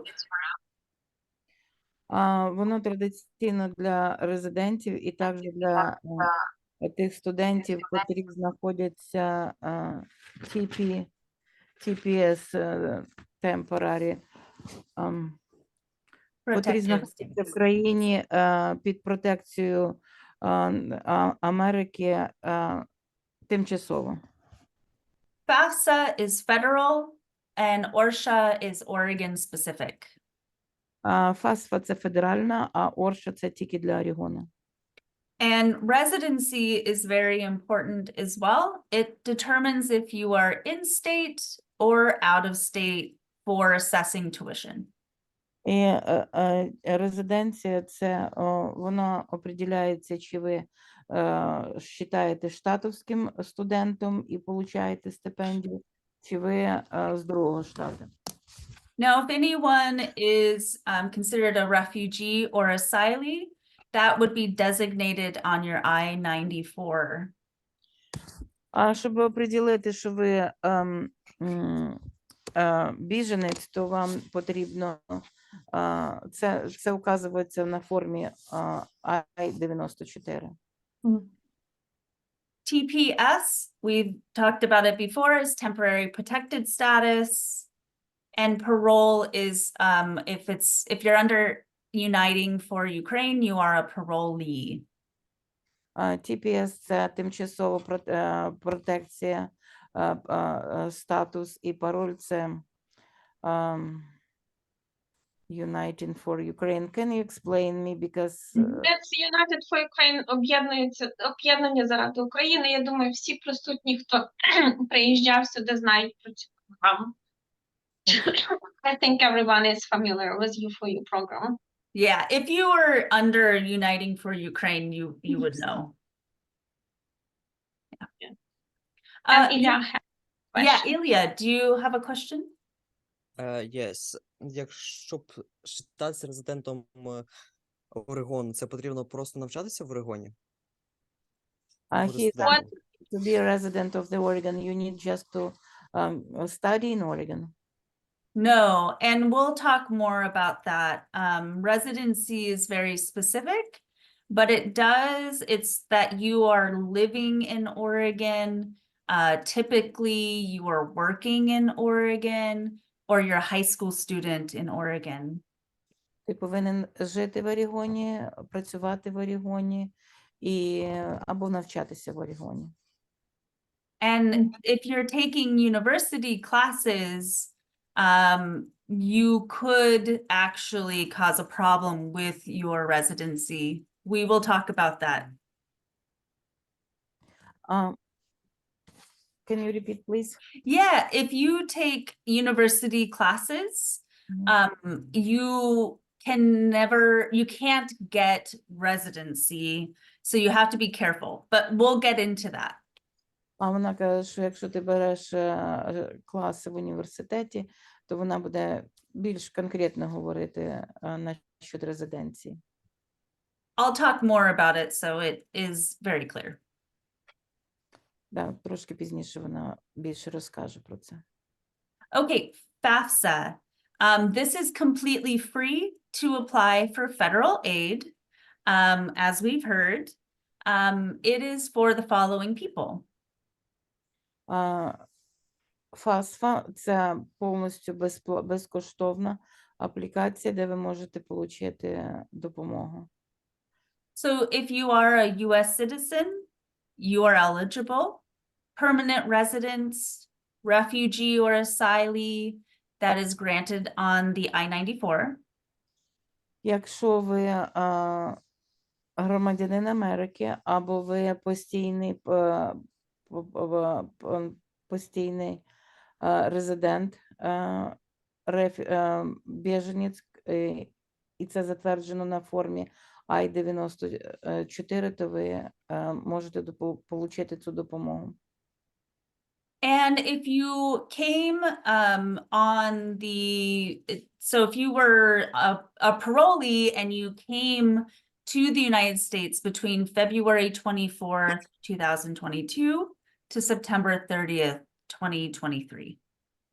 Також, якщо ви приїхали до Америки після 24 лютого 2022 року і до вересня 30-го 23-го року маєте статус пароль, також маєте шанс на цю допомогу. Yes, so then you always want to reach out to make sure that you are FAFSA eligible. Також ви можете, як то кажуть, провірити це, чи ви маєте право заповняти на цю програму. Now, ORSHA, if you're TPS, then you are ORSHA eligible. That means you are not FAFSA eligible, but you can get Oregon funding. Окей, ви можете отримати або одну, або другу допомогу, ORSHA, і для цього, щоб отримати ORSHA, ви повинні бути тимчасово мати протекцію. PPS. I will move on. If anyone has any questions, please raise your hand. Як хтось має питання, підніміть руку. FAFSA benefits, grants, loans. So grants are things you receive, you do not have to pay back. Loans you have to pay back. ФАСФА має такі бенефіти. Це гранти, лоуни, пел-гранти, потім work study. Work study – це коли ви навчаєтеся. А може це я заходжу задалеко. Гранти і допомогу ви не маєте платити назад, а кредити ви маєте вертати назад. So let's say that you submit FAFSA. You are a parolee, you submit your FAFSA, and because of need, you are a Pell Grant. Якщо ви, наприклад, маєте пароль, статус пароль, і ви подали аплікацію, і ви отримали Pell Grant. That will give you a lot of benefits, including what I'll talk about shortly. І це вам дасть дуже багато бенефітів, про котрі вона поговорить скоро. And this is based on your family's income. So, Це залежить від вашого сімейного доходу.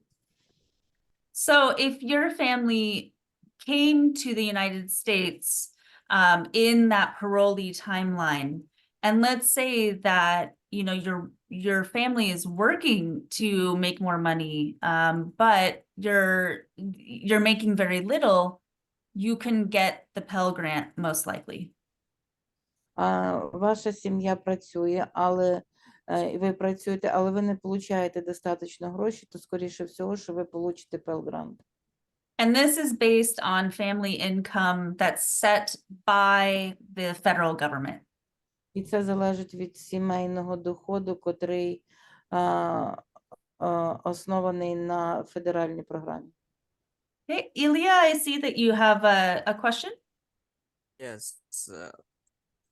Я можу отримати допомогу тільки виберете одну з цих програм, тобто я можу отримати допомогу або з ФАПСа, або з Орси, чи я можу подавати заявки на дві цих програми? He can get either one or another one, FAFSA or ORSA, or he can apply for both of them. No, you have to apply for the program that you are eligible for. Ви повинні заповнити аплікацію на ту програму, на котру ви маєте доступ. Попередньо вона там говорила, що на ФАСФО ви маєте мати такий-то статус, а от на ОРСу ви маєте мати другий статус. То ви повинні самі оприділити, чи ви резидент, чи ви парол, чи ви маєте TPS. Yeah. Так, дякую. Thank you. Yeah, you're welcome. Orsha, so think of it as, because FAFSA is federal, Oregon has added benefits to people that wouldn't be eligible. ФАСФА – це федеральна допомога, а Орегон – це просто допомога від штату, тому що декотрі люди не мають доступу до ФАСФА. Того Орегон зробив свою програму. So because the federal government will not recognize TPS, Oregon has decided that, yes, we will support TPS students. Так як федеральна програма, вона не підтримує TPS студентів, того Орегон вирішив зробити це для тимчасово protected студентів. Tatiana? What is work study? What does it mean? Yeah, good question. Work study is where the federal government will pay the universities so that you can work on campus. Work study – це така програма, коли федеральне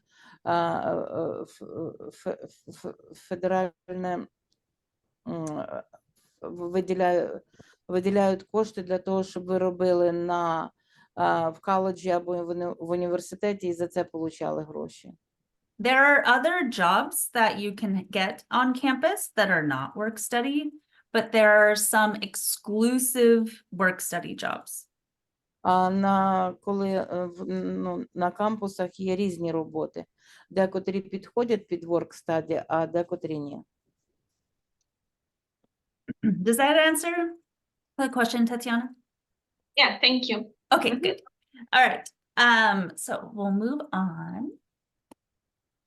Now, remember when I said that if you're Pell Grant eligible, that's like the best case scenario.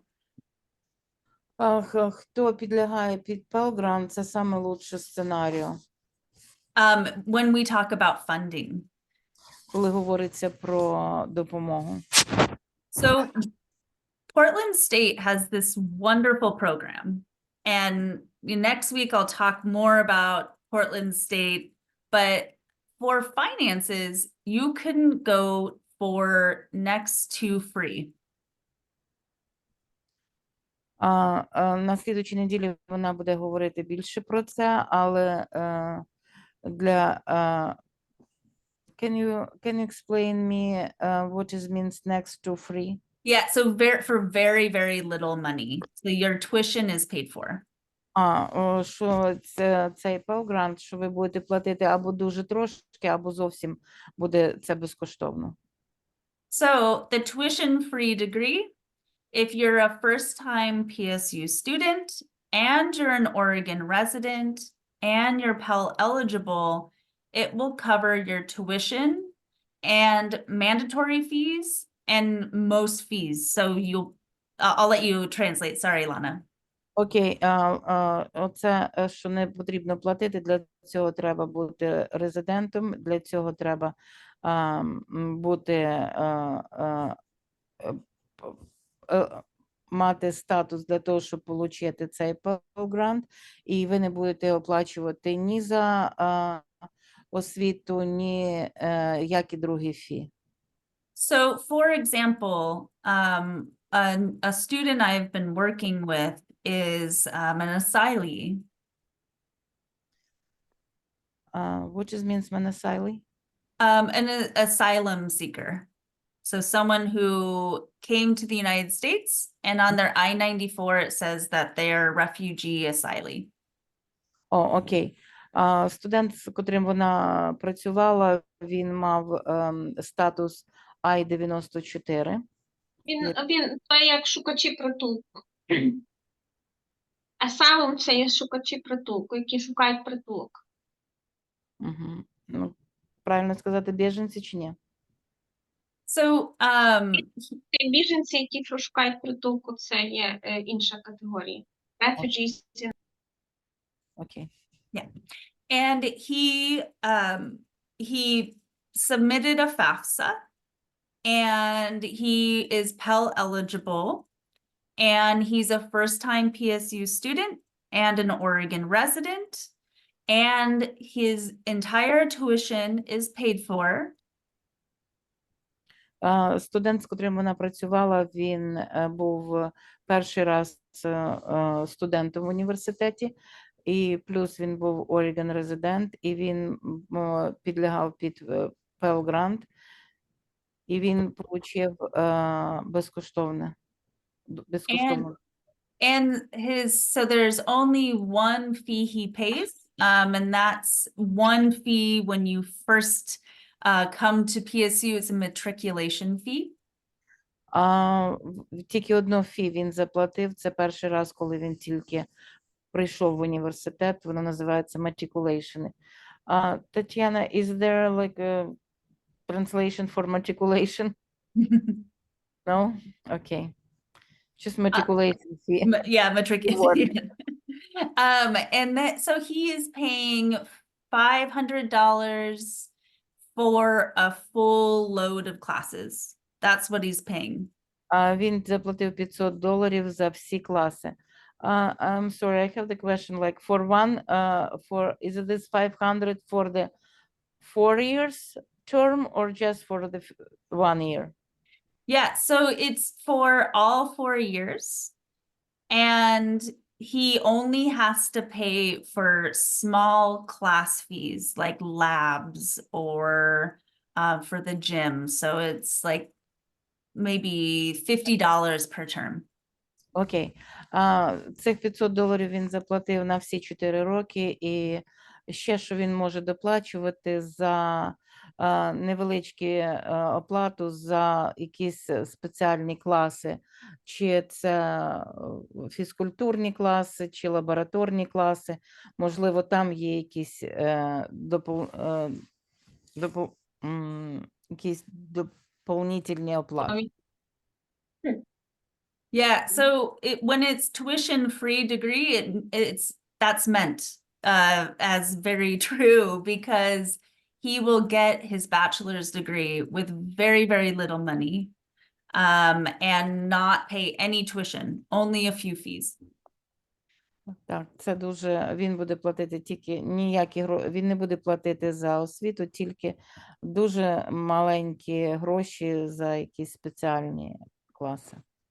Thank you. Tatiana, do you have a question? We have a question on the chat. What does it mean Pell eligible? Is it based on income? It's based on need. So it's going to be if a family is, I believe it's the poverty level or lower, and that's the income for the year, then a student would be Pell eligible. And it's very clear once they get their FAFSA information back. Коли ви заповняєте аплікацію на цей FAFSA, то там ви будете указувати свій дохід, сімейний дохід. Туди входить і дохід батьків, всі, хто працює. І тоді цей дохід може оприділити статус, чи ви підходите під Пел, чи ні. So for example, if I come to the United States and I am considered to be a refugee, and again, it has to do with the FAFSA eligibility. Коли приїжджаєте в Америку і заповняєте цю FAFSA, і вони определяють, чи ви підходите під Пел, чи ні. And I'm a resident, and my income is under a certain amount of money, and my daughter applies, she would be Pell Grant. І якщо ви резидент і получаєте якусь зарплату, маєте якийсь дохід, і ваша дочка поступає, то ця FAFSA определяє, чи вона підходить під Пел, чи ні. And I'm not sure if Madison has more information on how much that, like what that dollar amount is, but it is determined by the federal government. Yeah. So at for the Pell Grant, as of last year, students were granted at the community college level $7,400 for the year. Окей, 74 for the year. Окей, за послідній рік то федеральна допомога була 7,400. So it depends on how many children you have, the jobs that you have. They take into account many different things. It's very complicated, but when you submit the FAFSA, that will be determined. That's when you know. Це будуть також це будуть зараховуватися, скільки дітей в сім'ї ви маєте, тобто склад сім'ї, також весь дохід, який ваша сім'я має. Madison, did you have something? I feel like, yeah, Madison, go for it. The only other thing is, I don't know if you're going to cover this, but it's credit based. So you have to receive the full amount that you're awarded, you also need a certain amount of credits at PCC. I don't know if PSU is different.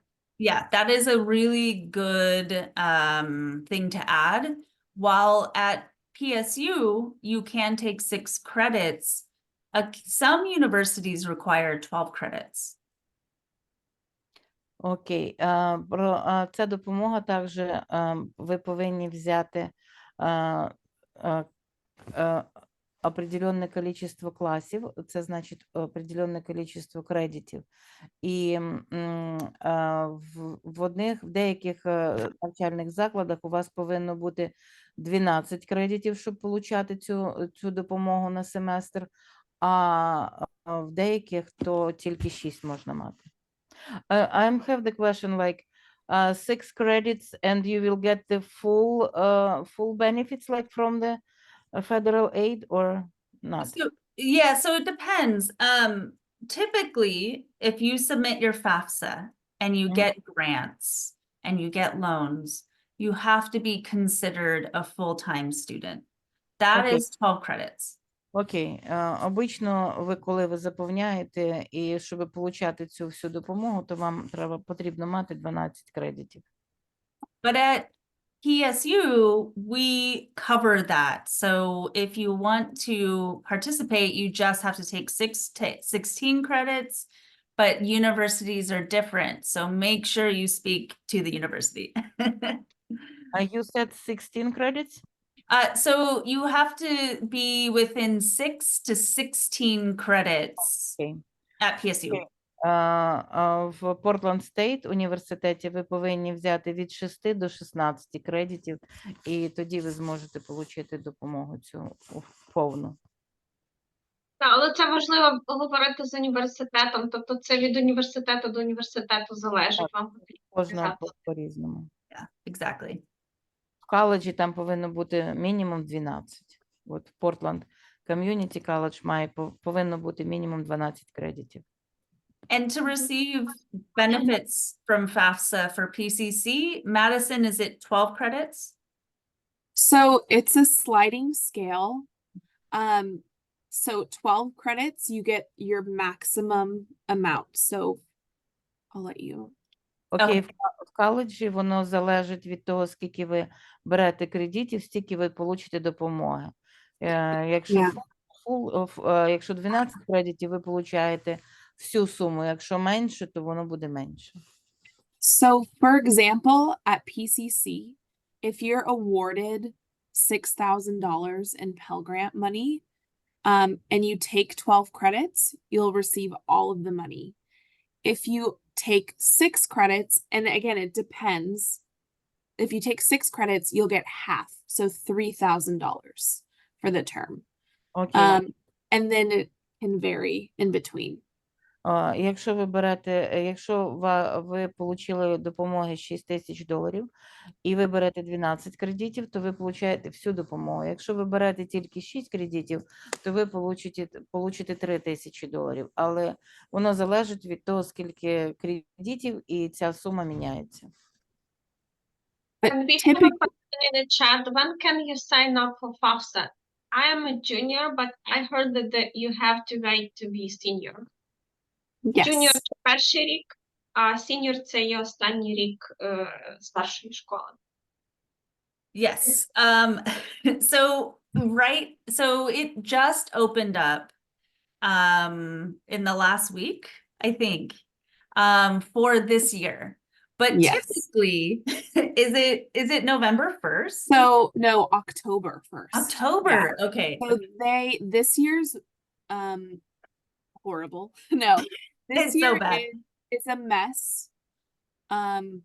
But typically at October 1st it opens. You'll apply in your senior year, Mhm. and you'll apply every single year after when you start taking college classes. So you can't apply if you are a junior. No. Only in your senior year. Окей. Тільки ви можете подаватися лише коли ви вже є в 12 класі. Yeah, so think of it as we all know that the US federal government can be messy, like all countries, right?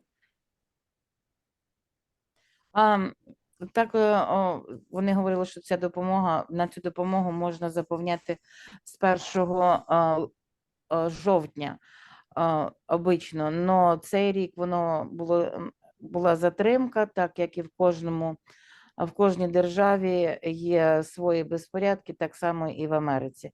Того тільки неділю назад відкрилася можливість заповнювати аплікацію на FAFSA.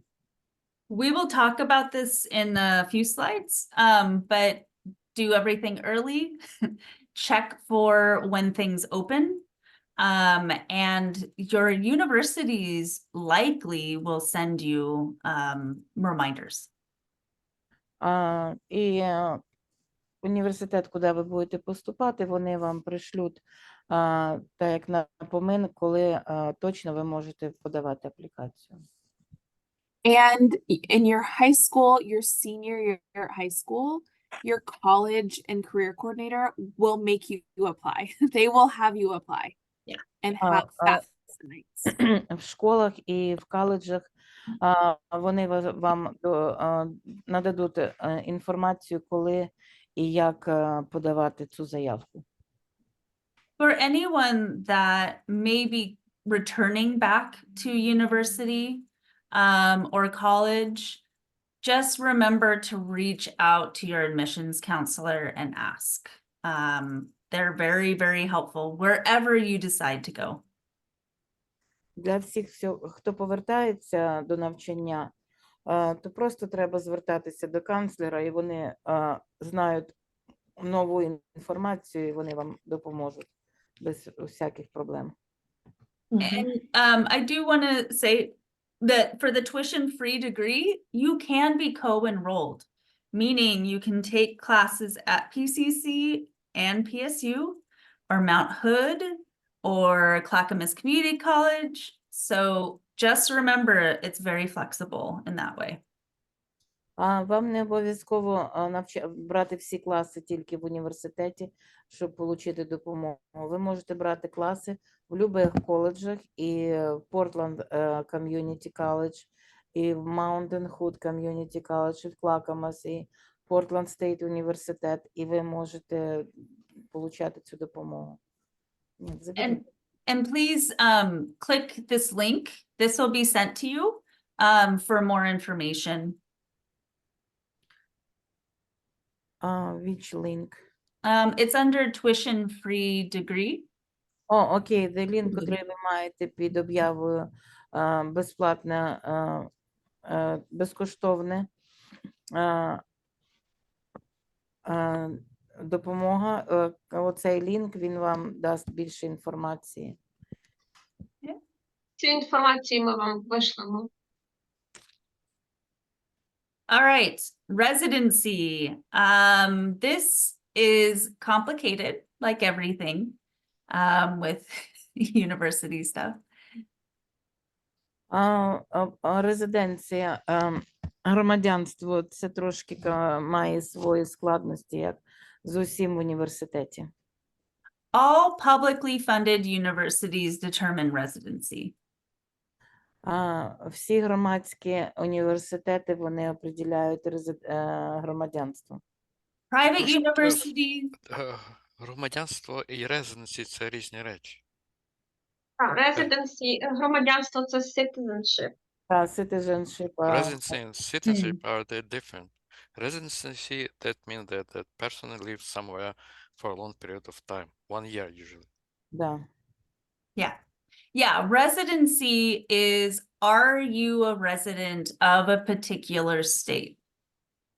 Резиденція – це значить, що ви проживаєте, є резидентом якогось одного штату. So have you lived in Oregon for 12 months? And have you worked or paid Oregon taxes? Якщо ви прожили в Орегоні 12 місяців, працювали і платили такси. Or if you're in high school, are your parents residents of Oregon? Do they pay Oregon taxes? Якщо ви студент в школі, чи ваші батьки працювали і платили такси в Орегоні? Every US state generally has different, very different rules. Like Utah has a very different rule than Oregon. Кожний штат має свої правила. Наприклад, Юта, вона відрізняється від Орегону. And institutions can have different criteria as well. Також навчальні заклади також можуть мати різні правила. Generally speaking, if you're on the West Coast, they will have similar rules. Взагалі, якщо ви на західному березі, це значить Орегон, Вашингтон, Каліфорнія, то вони мають приблизно одинакові правила.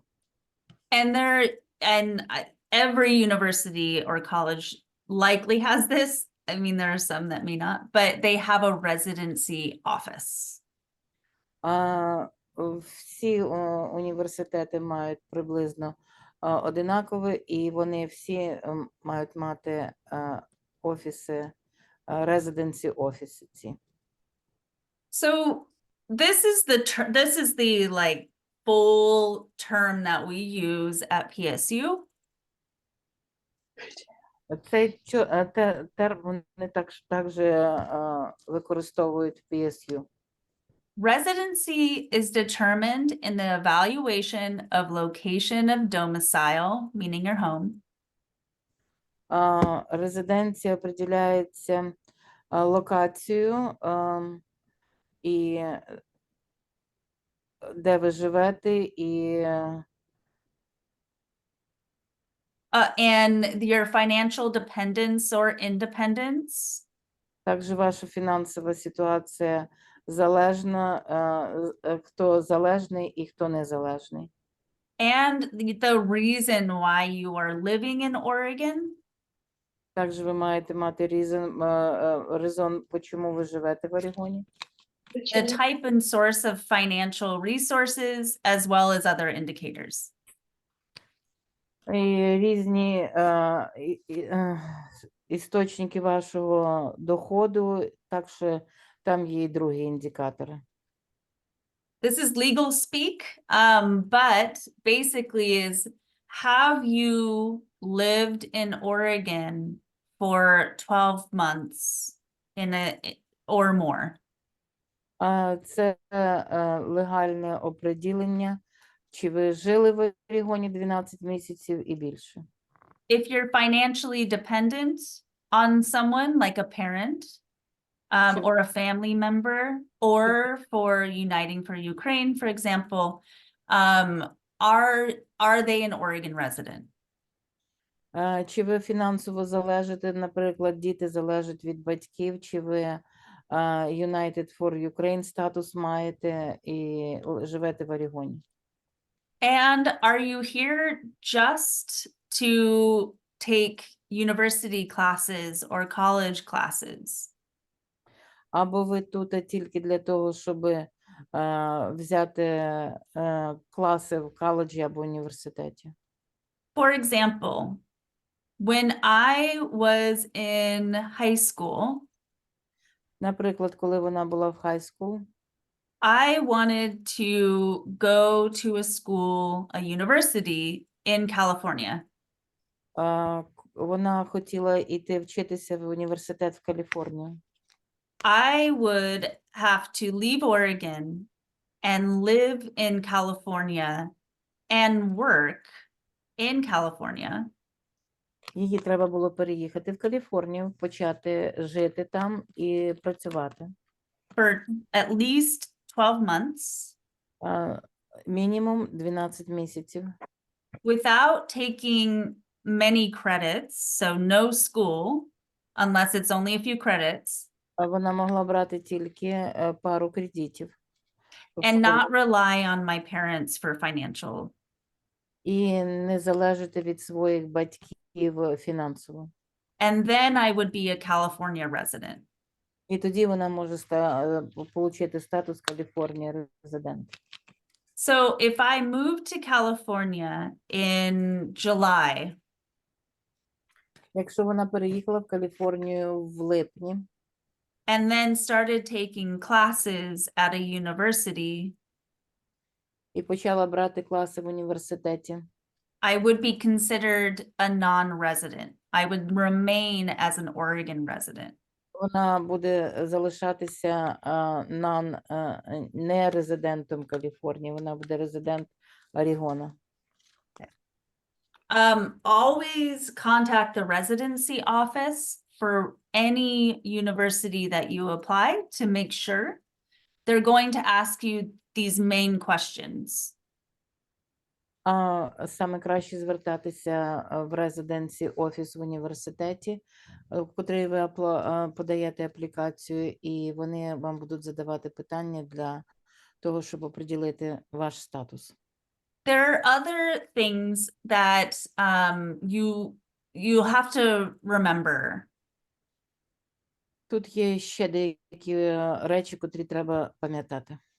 If you are on a non-immigrant visa, like F1 or J1, you will not receive residency in Oregon. Якщо на вашій візі нема F1 чи F1 and what is the name of the visa? F1 Oh, J1. Окей, F1 чи J1, тоді ви не получите статус резидента Орегона. There's also other considerations for people that might have a particular situation. Ще можуть бути другі ситуації, в яких є люди, і це все учитується при определенні статусу. So if you came to Oregon as an asylee or refugee, or with temporary protective status, or humanitarian parole, and you arrived in Oregon and continue to live in Oregon, you are considered an Oregon resident. Якщо ви приїхали в Орегон, попали в Орегон і маєте статус біженця або переселенця, TPS або пароль, то ви і ніколи не жили в другому штаті, тоді ви вважаєтеся резидентом. And let's say that you arrived from Ukraine in Texas, and you lived in Texas for a while. Якщо ви приїхали з України і перший ваш штат був Техас, і ви жили там определенний час. And then you moved to Oregon. І ви переїхали в Орегон. Then they may not consider you an Oregon resident. Вони можуть не засчитати вас резидентом Орегона.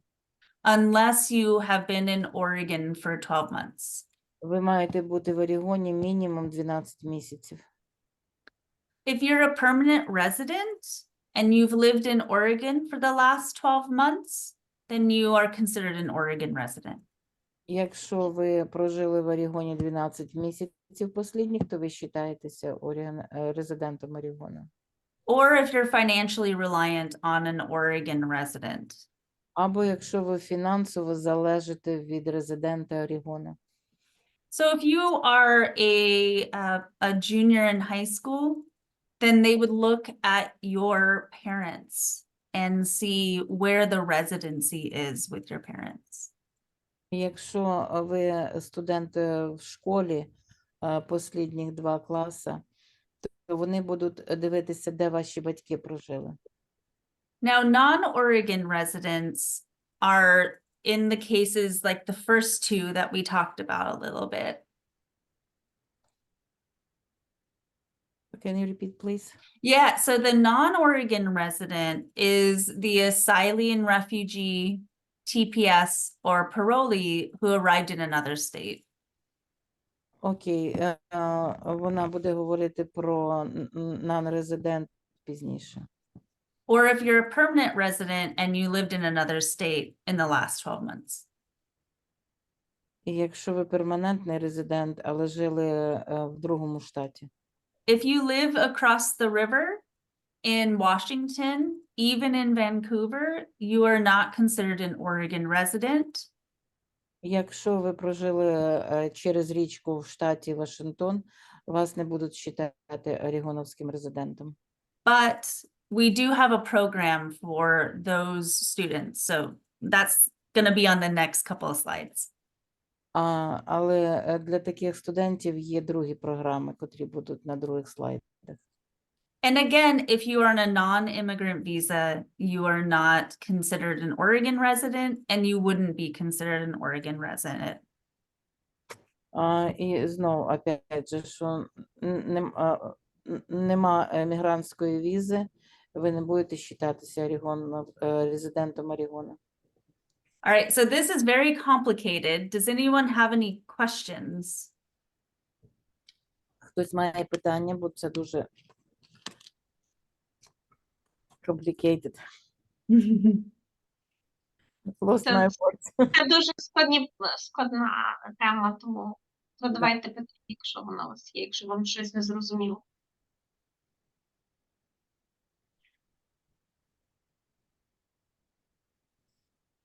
I can see any questions. Okay. All right, so the most important thing is to talk to the residency office wherever you apply to see if you are considered a resident or to find out how you can become a resident. Необхідно поінтересуватися в Residence Office і оприділити свій статус. І що вам потрібно зробити для того, щоб стати резидентом? And the residency office folks are nice. They're very sweet. PSU, I love the person at PSU. And персонал, котрий працює в Residency Office, вони дуже хороші, дуже солодкі. So don't be scared to contact them and ask questions. А не бійтеся піти в цей офіс і отримати всю інформацію, яка вас інтересує. Okay, I promised Washington border discount, and this is what it is. Окей, вона зараз буде говорити про то, що можуть отримати студенти, котрі живуть в Вашингтоні. So if you live in these counties, and let's say you live in Vancouver or Washougal, you don't have to pay out-of-state tuition. От тут перечислені ті райони,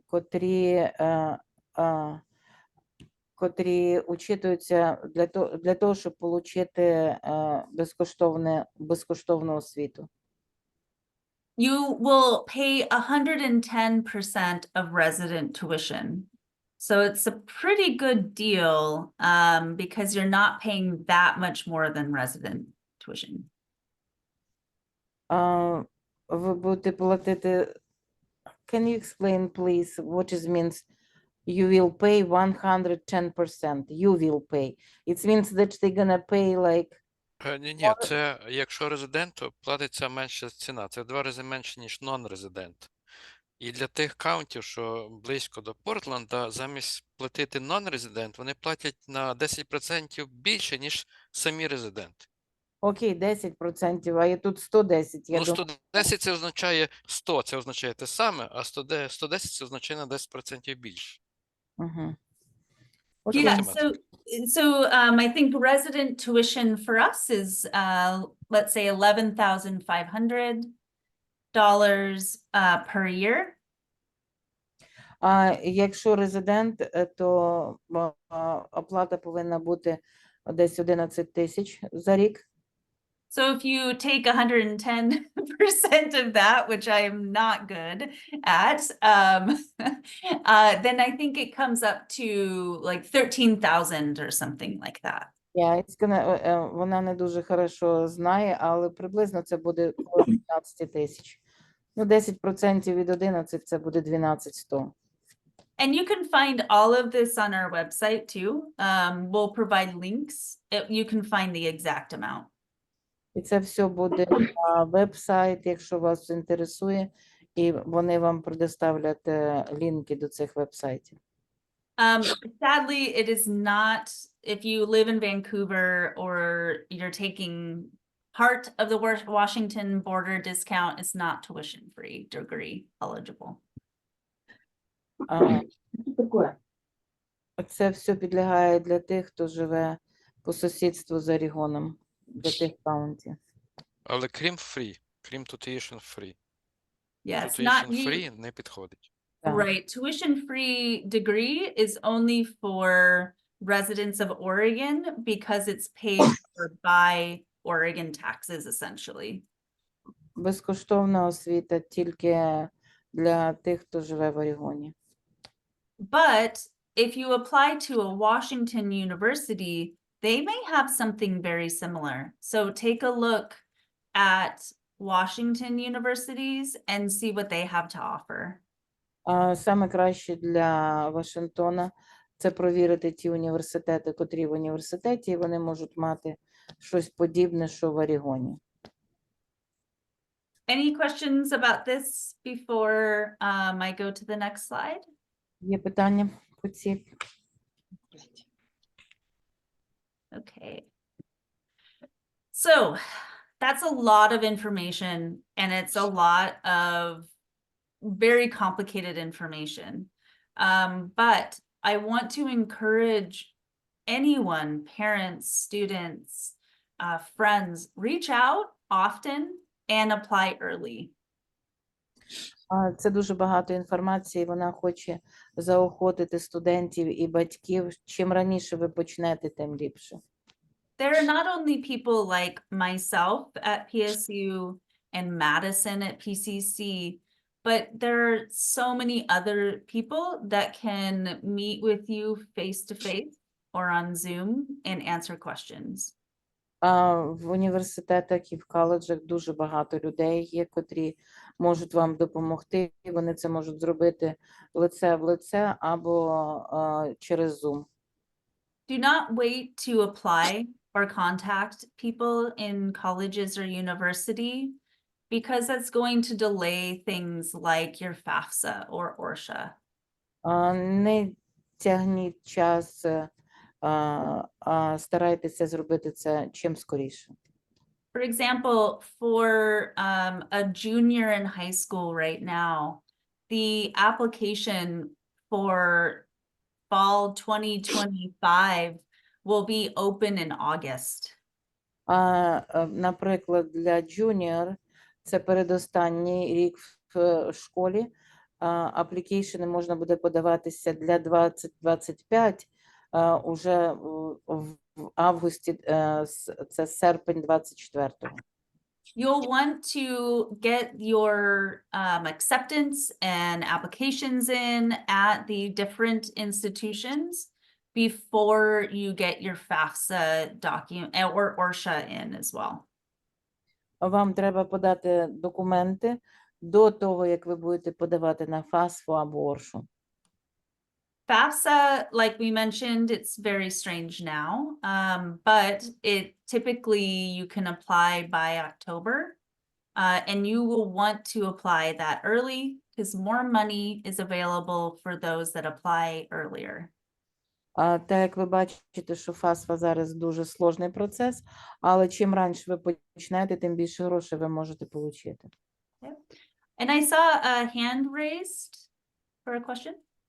Yeah, we have Marta had a question. Please.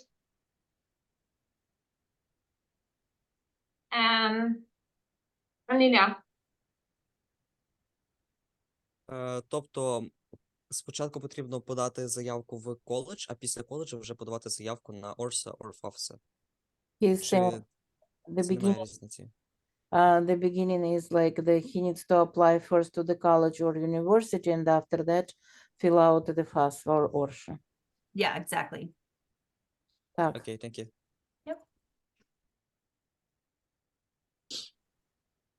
Also, and we'll talk about scholarships next Friday, but scholarships are typically available, there's more available, and there are deadlines for them earlier. So for example, right now, our scholarships are open for the next year until I believe it's the end of February. На слідучу п'ятницю будуть говорити про сколаршипи, і вони також мають різні дати, до коли ви маєте їх подати. Наприклад, до кінця лютого можна подавати на сколаршип, до кінця лютого можна подавати на якийсь там сколаршип. Треба знати ці всі дати. І слідучу п'ятницю про це буде говоритися. You Що don't таке have scholarship? to be 100% on which university you're going to, but get those applications in so that you can see how much funding you get. Вам не повинно вже оприділитися з університетом, куди ви хочете, але візьміть всі аплікації, щоб ви знали, що ви де можете отримати. And one more thing before I see Marta's hands open up, is that typically students apply to 5 schools when they're in high school. So if you want to apply to multiple schools, again, you don't have to make a decision early on. You could see how much funding you get. Обично студенти в школі, ви можете позаповняти аплікейшени і знати вже, вам не потрібно знати, куди ви хочете йти вчитися, але позаповняти аплікейшени на допомогу і на scholarship, щоб ви бачили, скільки що ви можете отримати. Тут говориться Таке про те, що scholarship. scholarship – це стипендії, і тут говориться про те, що коли ви подаєтеся на ФАФСА, вам не обов'язково вже знати, куди ви будете поступати. Ви можете коли ви подаєте заявку, ви у цій заявці можете вказати кілька університетів, які ви собі думаєте, і тоді, коли ви вже отримаєте таку відповідь, яку допомогу ви маєте, відповідно до того ви вже будете дивитися, в який університет ви можете собі дозволити поступити. And Marta, if you would like to ask your question. It was the same question about the order of applying for FAFSA and applying for a college. So it's the father of Marta. So my understanding is, you can apply to the college and apply to FAFSA, and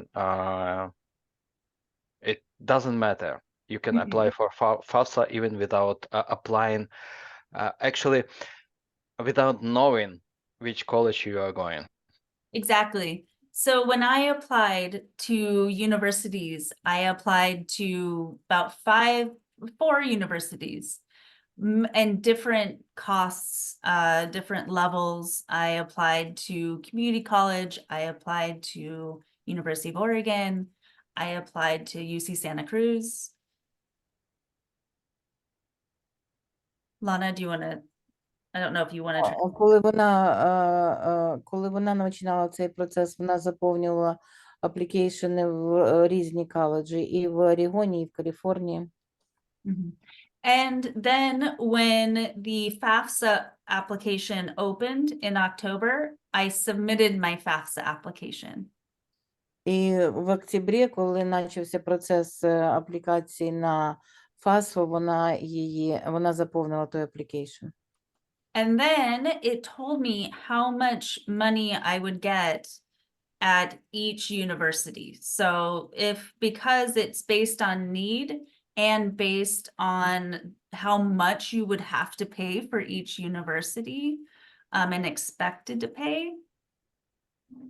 Окей, і тоді вона отримала інформацію, скільки вона буде отримати для різних університетів, тому що різні університети мають різну оплату. So then I could look at scholarships, I could look at how much the federal government was going to give me or loan me, and then I can make my decision of which university. І тоді вона може вже оприділитися, тому що вона буде знати, скільки їй дадуть допомоги, скільки їй дадуть стипендії, і тоді вона може оприділитися, куди їй краще, в який університет іти. Does it mean that FAFSA application has, for example, has a line where you need to sign which university you applied already? Exactly. Окей. Тобто в аплікації FAFSA є така графа, де ви маєте записати, в які університети ви подалися. Тобто це не має бути один університет, це може бути кілька, і тоді після того, як ви вже маєте інформацію про допомогу, тоді ви вирішуєте, в які з них ви можете йти. So I do want to say research on websites, and also remember that the FAFSA is free. Do not pay any money at all. You do not need to submit any payment in order to submit your FAFSA. You will likely have to apply, use application fees. PSU has an application fee, PCC doesn't. Окей, вона сказала, що вам треба пам'ятати, що ФАСФА – це безкоштовно, і робіть дослідження на веб-сайтах. знаходьте там інформації, і декотрі аплікації, щоб заповнити, вони коштують, а більшість з них безкоштовно. If you type in FAFSA into Google, you will come across a lot of dubious FAFSAs. Only use the official website. А якщо ви напечатаєте FAFSA, то це ви вийдете на цю веб-сайт. Those are my tips. Але ж також важливо використовувати офіційні сайти. Дивіться, які є офіційні сайти. Я бачу, що Медісон дала деякі посилання у коментарях. Так, і якщо, от, наприклад, це з мого досвіду, якщо шукаєш якийсь application чи ще щось, якщо вона йде dat.gov, то це значить воно буде офіційне. А якщо той самий application, наприклад, вам пропонує якась друга фірма, то краще її не застосовувати. Повинно бути FAFSA.gov. От тоді воно буде reliable, more точно. Yeah, that's official. Madison, do you have anything to add? No, I was just gonna say, make sure it says .gov, so you know it's official. Anything Right. that says .gov Yeah. is gonna be a reliable resource. Так, Yeah. вона сказала те, що я сказала, що тільки заповнюйте аплікацію там, де є .gov. And again, you could always ask the financial aid office at any university or touch base with your admissions counselor. І, як завжди, ви можете звернутися за допомогою financial office в коледжі або в університеті, або до вашого канцлера. But I have one more question.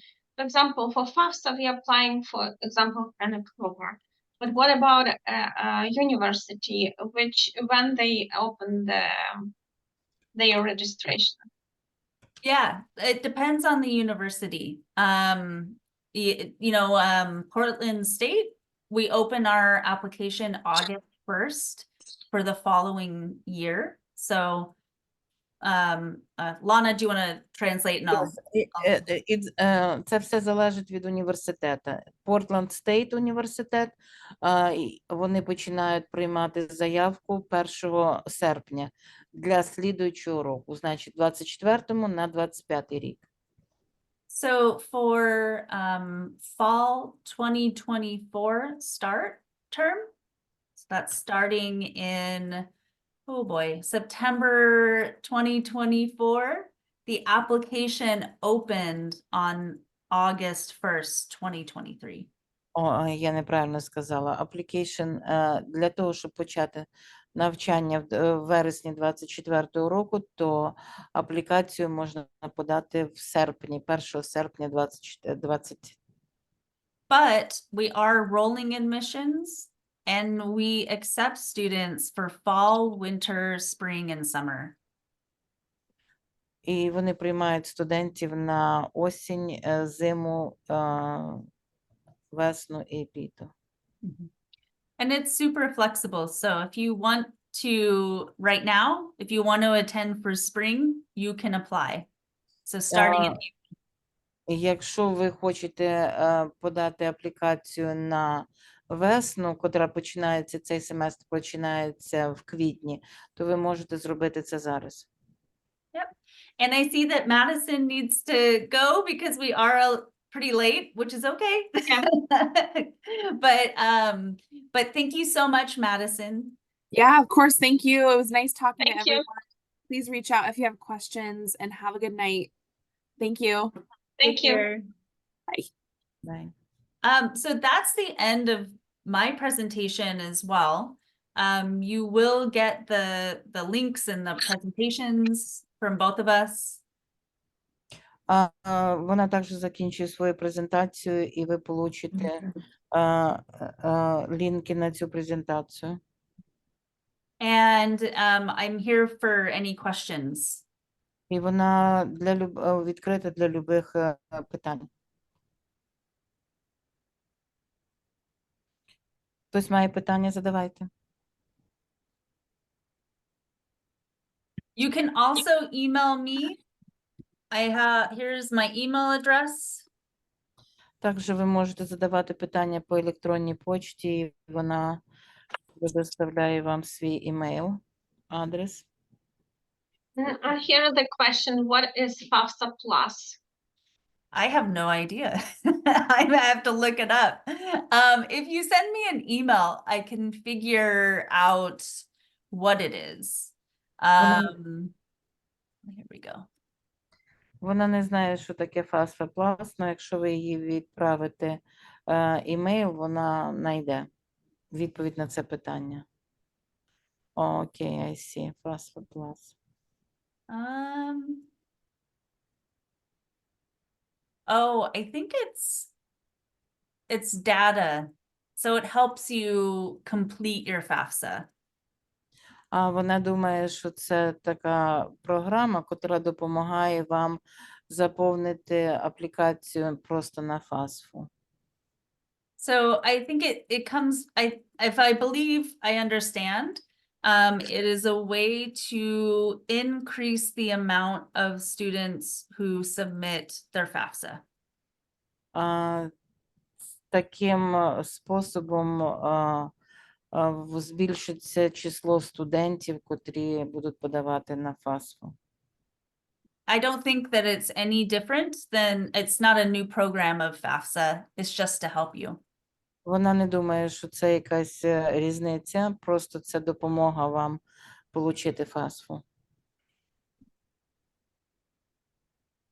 Okay.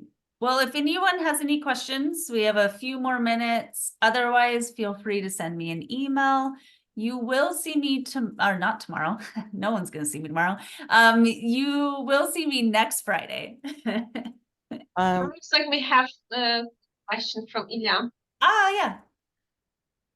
У мене є питання щодо презентації з першого вебінару. Ви їх вже скидали чи ще ні? Ні, це питання до мене. Ні, ще не скидали. Я тільки їх зібрала. Що я думаю, що протягом наступних 2-3 днів я скину. Дякую за відповідь. So feel free to reach out. Next Friday, we will hear from Reed College and how to write an essay. Якщо є питання, то можете з нею зв'язатися. І слідуючу п'ятницю буде семінар про Reed College. I didn't get А це Reed College, це ще один коледж в Портленді. Буде інформація про коледж в Reed, і також як писати сочинення. Як писати есе. Yeah, Yes. and those are used if you're applying to typically a private school. Це для тих, хто хоче подавати заявку в приватні школи. And then I will talk more about PSU and scholarships. Також вона буде говорити більше про Портленд Стейт і про сколаршипи, про стипендії. And hopefully it's in person. We'll see. І надіється, що це буде персонально. All right. Well, thank you so much for all the wonderful questions. Дякую всім за прекрасні запитання. And Lana, thank you for translating. Oh, you're welcome. It was my debut. It's first time for me, you know. Oh, yeah. I'm a nurse, you know, like, and I'm planning to be interpreter in hospital. And they asked me to do this one first time, and I'm kind of lost. I understand, but I appreciate you. Too many new words for me. Oh, you know. yeah, I know. I finished Sac State University in 2002, you know, and Oh, now, like, I'm refreshing my memory, and all the status for all these refugees, it's everything new for me. And yeah. I mean, it's all, even you know, college reps like myself, I still have to have, I have to do cheat sheets for myself. Yeah, and like I am totally lost and I'm not ready for that. And I have been in United States since 1990, Oh, know, yeah. and I kind of lost all the connections to all this abbreviation and that. Oh my, it's like I'm not ready for that. I'm okay for hospital, but not for the school. Well, you know, I mean, and that's, you know, changing from English over to Ukrainian. I mean, like that's tough. Yeah, it's tough, and Yeah. also, you know, uh, some Russian words comes instead of the Ukrainians, and Oh, when you are yeah. under the Actually, maybe you need to stop recording if we want Oh. to continue the conversation. And Yeah. thank Oh, you yeah, sorry. everyone Yeah. who joined us, and sorry for the delay because we are a little bit out of time, but I think the information was very helpful. Thank you so much. Yeah, thank you, everyone. Take care.